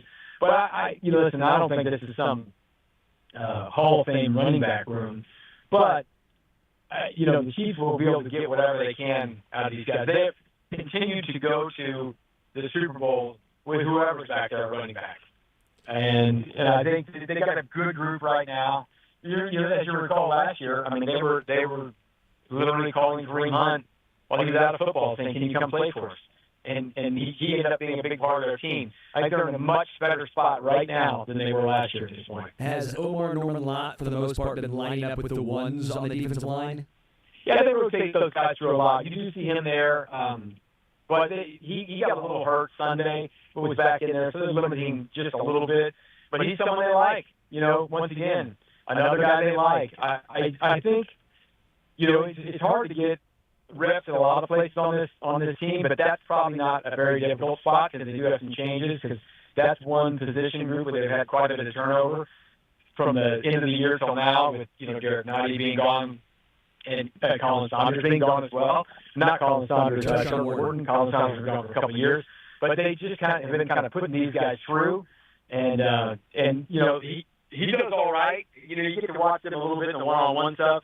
You heard him last week tell the story about kind of a welcome to the NFL moment running into Creed Humphrey. It's hard to look good against Creed Humphrey or Trey Smith, but he's holding his own for sure. When it comes to the cornerbacks, what have you seen? Is McDuffie mostly on the outside? Is it Christian Roland Wallace in the slot? I saw CRW make a great play in the slot. I think that was yesterday's practice. Has Shamari Connor been mostly safety, or has he been in the slot? What has been the main takeaway? A little bit of all of it.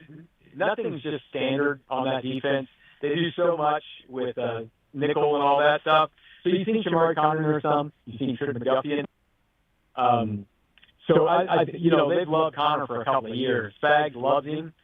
So I think he's someone who certainly has a future with this team because they want these guys to be versatile. And Trip McDuffie has proven to be very versatile, right? He plays inside, outside, maybe a little bit better inside than out, but he can do all of it. So I like watching him. Watching some good battles between him and Rashee Rice. Those are always fun. You're talking about two really good players there. So the defensive backfield is just going to shake itself out, but they're going to play a lot of guys. That's what's going to happen. And right now, they had such a plethora. I guess 4 years ago now. I guess how long it's been 4 years when they drafted all those guys, and Dave Merritt was calling them the Fab Five, right? Jalen Watson, Josh Williams, and Trent McDuffie, and Najee Johnson. Those guys, they were all there, and so they continue to add players. So that room's getting crowded. So don't sit there and write something down in ink that someone's going to be on the team, because that's going to be a very competitive room as they move forward. Lebo is driving back from St. Joe, driving back from training camp. We will take a break. When we come back, Lebo, we have a little special fact or fiction. The interns are going to be the ones asking the question. No Jason. Oh, my God. Did they write them, too? They wrote the questions, all of the questions, so I have no idea what to expect. It might be atrocious. It might be the best fact or fiction we have ever seen. So we'll have to find out on the other side. We'll take a break, come back, more Zone next.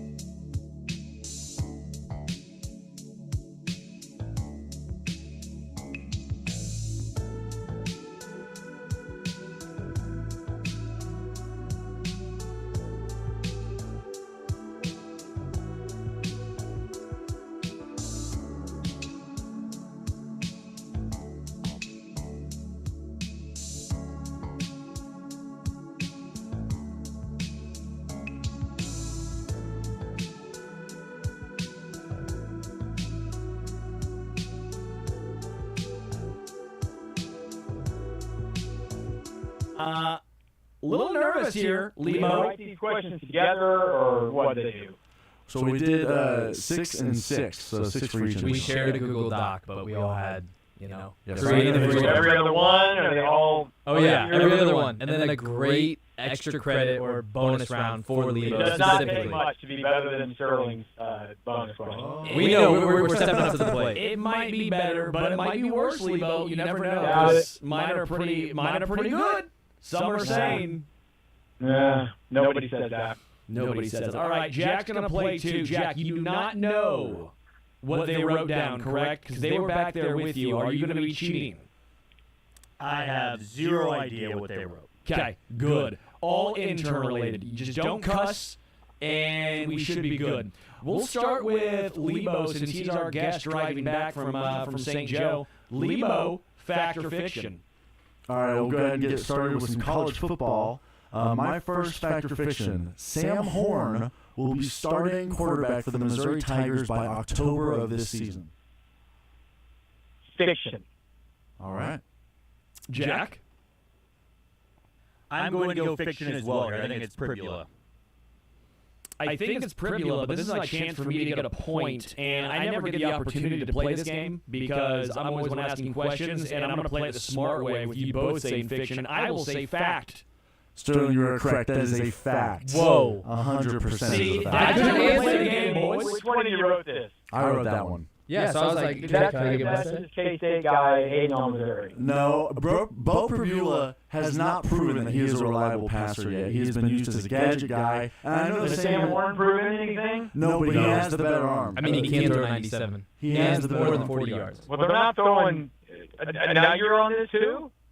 It's not just Jimmy? I think No. I think give Bo a chance. I'm excited. But Also, I don't think he'll live up to it. I think we'll have to see. I trust Coach Henry. I trust. Well, I got a point there, Lebo, because I know how to play the game All right, very whatever. well. All right, Jack, you're up next. Fact or fiction? Okay.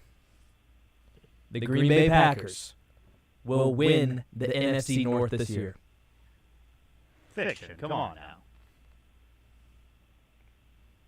You're probably going to say fact just to be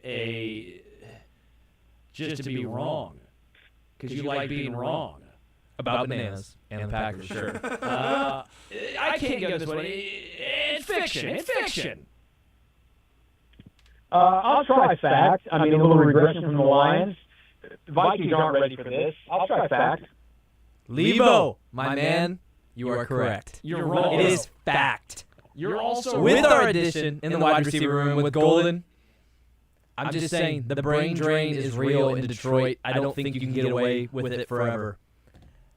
I think Jordan Love, he's going to have a great third year. It's not crazy He's to coming say. back. It's not crazy to say. Is this what it's like on the other end when I ask the questions? And you're just like, It is. Because I just want to yell at him right now. No, it's not going to happen. Fiction. It's fiction. Well, this is one we can write down and keep track of. Keep track of it. Van Ness is going to live up to the hype this year. He's going to live up to his. It'll all be okay. All right. It is Sterling 1, Lebo 1, Jack not on the board yet. To myself, fact or fiction? All right. Next question, or next statement. The Fantastic Four was a better movie than Superman. I don't know. I have not seen either movie.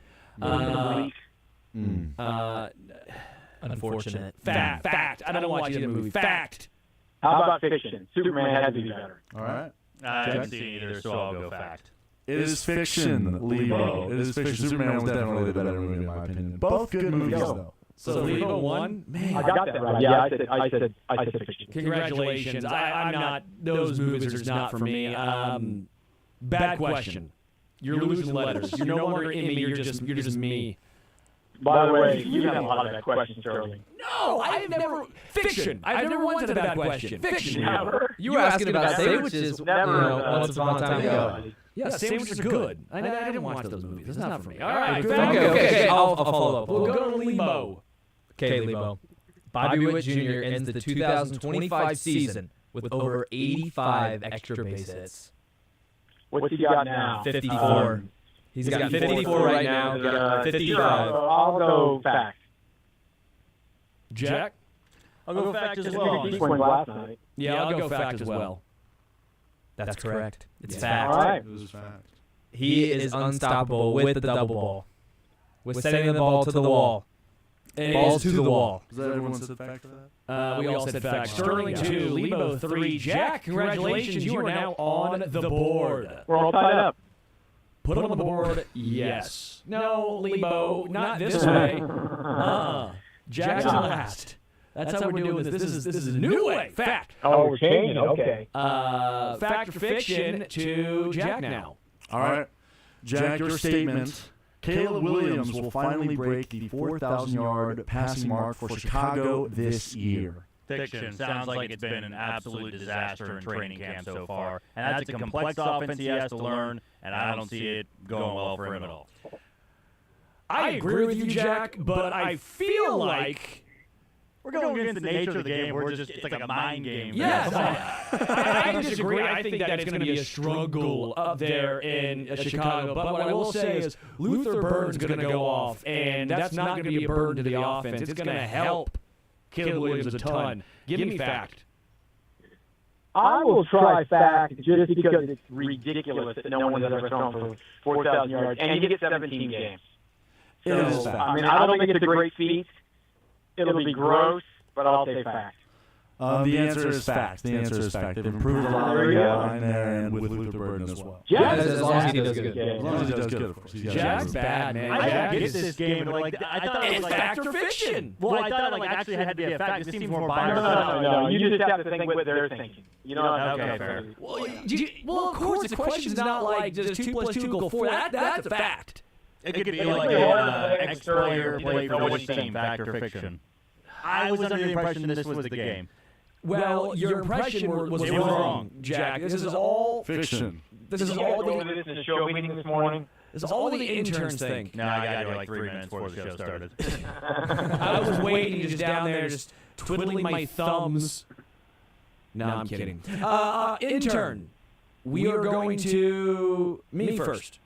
Okay. Fact or fiction? Taco Bell is the best fast food restaurant of all time. Oh, man, that's tough. As a huge fast food supporter, as a massive Taco Bell supporter, I can only just reminisce on your time in Colombia and how many Taco Bell runs I feel like you had. I walked many a time to the Taco Bell right before Kappa Sig and Lambda Chi up there on the hill. I walked many a time to that Taco Bell. Is that before you got your fraternity kicked off campus? I didn't get kicked off campus, okay? They got kicked off after I graduated. They're back on now with a brand new house, okay? A better house. They built it. Did you donate the money to that? No. Actually, Brother, you. I have, brother. Okay, I think I probably threw a 20 in there, but you know, I bought a ceiling tile. Yeah, I bought a ceiling tile or a brick or something. I bought a case of Busch Light for them. Basically, look at that. I'm a generous man, Lebo. Okay. I'm gonna go fiction, but I do love me some Taco Bell, and they're bad. I got a question.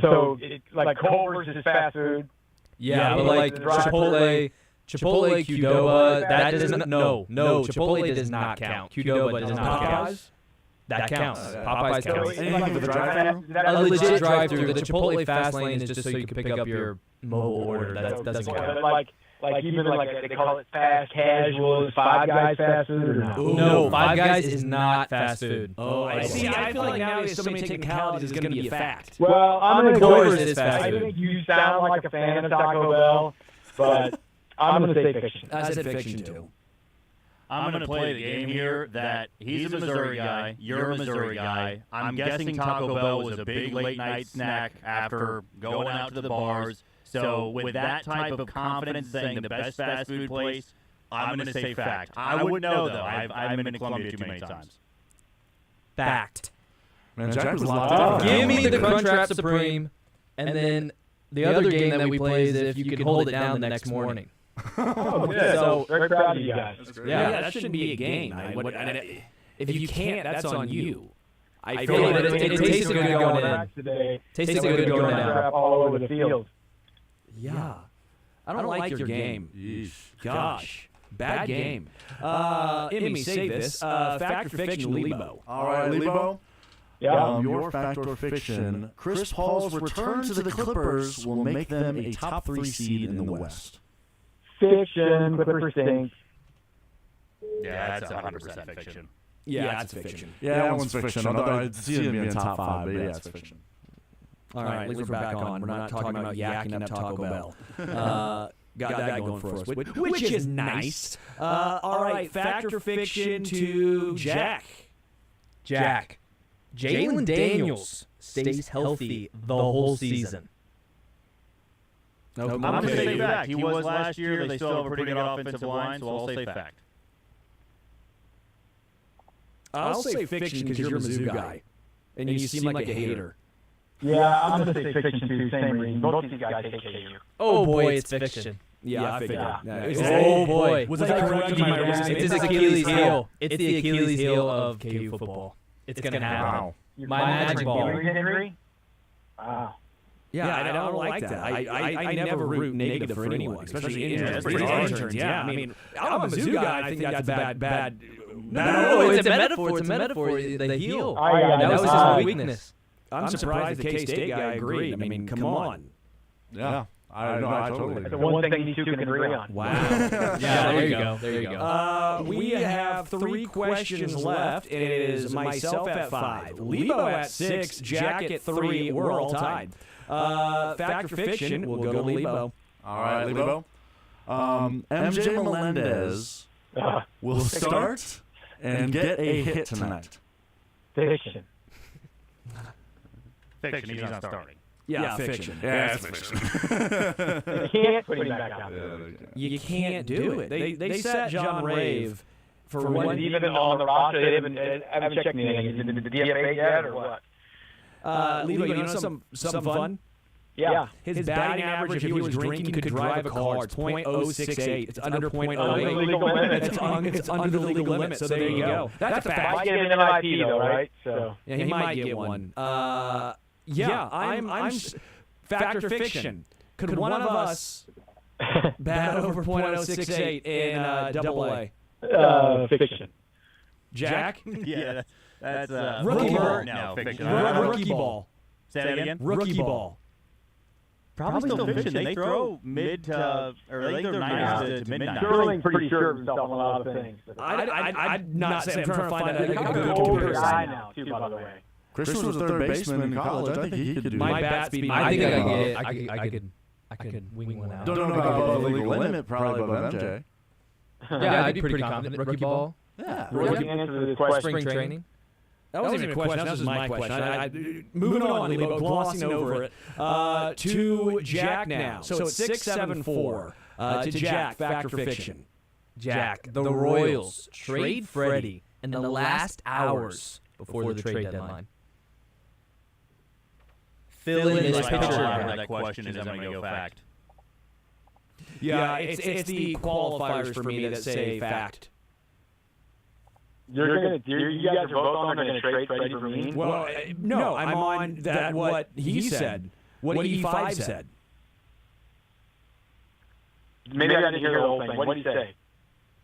That Freddie gets traded within, like, down to the wire of the trade deadline. He's not getting traded. I'll say fiction. Hot take, but I think that is fact. With the position we're in, with the pitching position we're in, and I love his energy, I love what he is in the clubhouse, he's well liked, but I don't think that adds in to the value of keeping you around if you're in this position, so I could see it happening. I don't think it's crazy. We'll grade that one in 2 days. Yeah, Lebo's about to get at you now. Huh? Wow. Lebo, E5. You're gonna have to it's like Ashton Gelati and Josh Simmons at practice. They're going to throw hands. There you go. We should film it. Sterling 7, Lebo 7, Jack 5. Final question before the bonus. All right, another fast food question. So, Raising Cane's has the best sauce, but by far the worst chicken. Fiction. Yeah, but I gotta read it. Like it's all about the question here. How he phrased it. I gotta say it's fact. I don't think he likes chicken.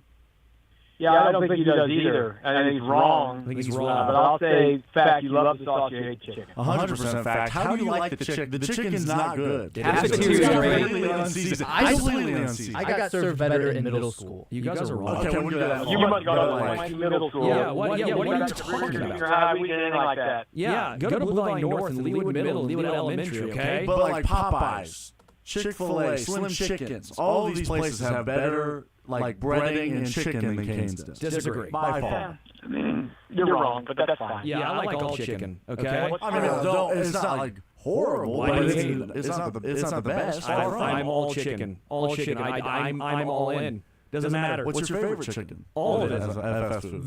Cane's, actually. Yeah, actually, That is crazy. That's crazy. I don't think that sauce because the sauce is bad for you. I'd rather have buffalo sauce, but the chicken is good, and I like crinkle fries. So, but the crinkle fries don't have any they hardly have salt on them. well, you can't give everyone a bunch of stuff because there's a bunch of bland babies in the world. Yeah. Eat it yourself.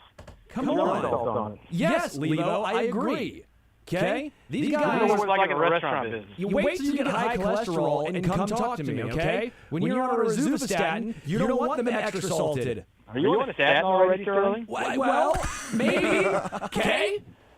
That's my point. Well, I'm in shape too, okay? It's crazy. It happens to people. Hereditary, I got you. It happens to people. So my point is, you don't need an extra salt to everything, because when you do, think of that. You're trying to kill me. I'm not asking for extra You're salt. trying I'm to asking kill for a me. little bit. You're trying to give me a heart attack. Okay, but I don't want to die from blandness either. Give me something. Fact! She's trying to give me a heart attack.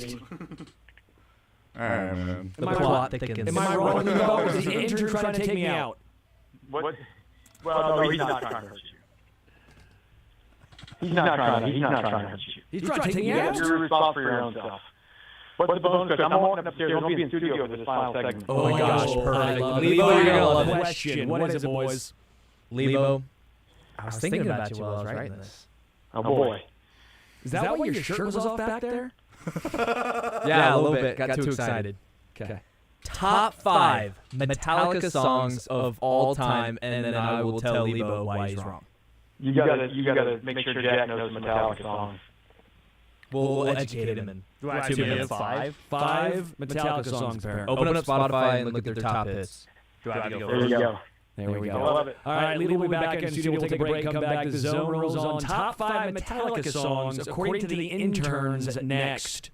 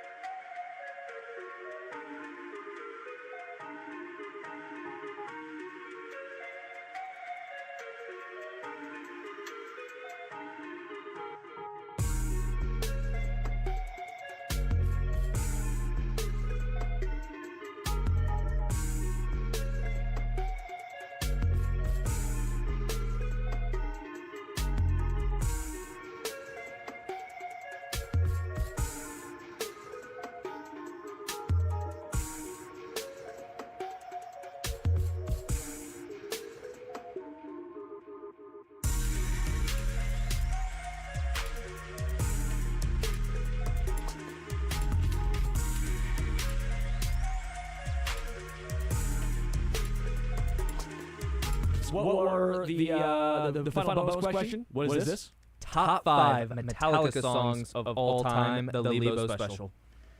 Okay. There are no wrong answers here, by the way. There are wrong answers in this game, but there's no wrong answers here. There could be some wrong answers. Well, during the break, too, I told them that my honorable mentions were Fade to Black and The Four Horsemen. Yeah, great songs.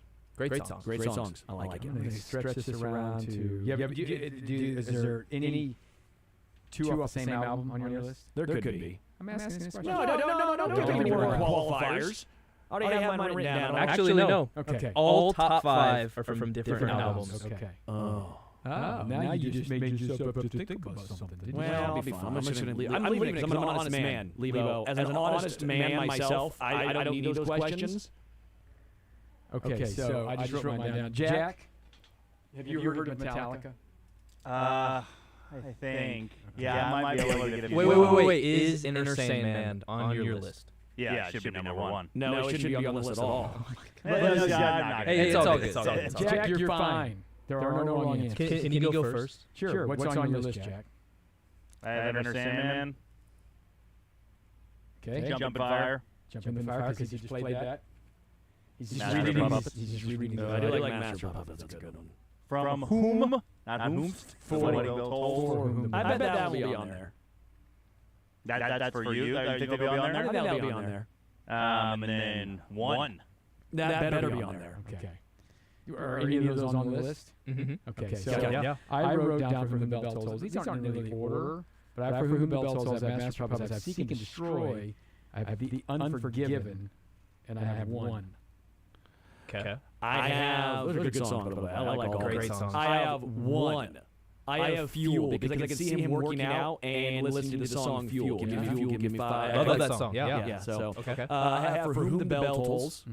I have Nothing Else Matters. I love The Honest. It's just so good. And then Blackened because I feel like again he likes more upbeat. So I'm gonna throw Blackened in there as well. All right. What do you got? What's your oldest song on here? You have something off Kill 'Em All? Here, I'll tell you first, and I don't want you to be upset with me. But One and The Unforgiven did not make my list. It's okay. I love One. No, I love it.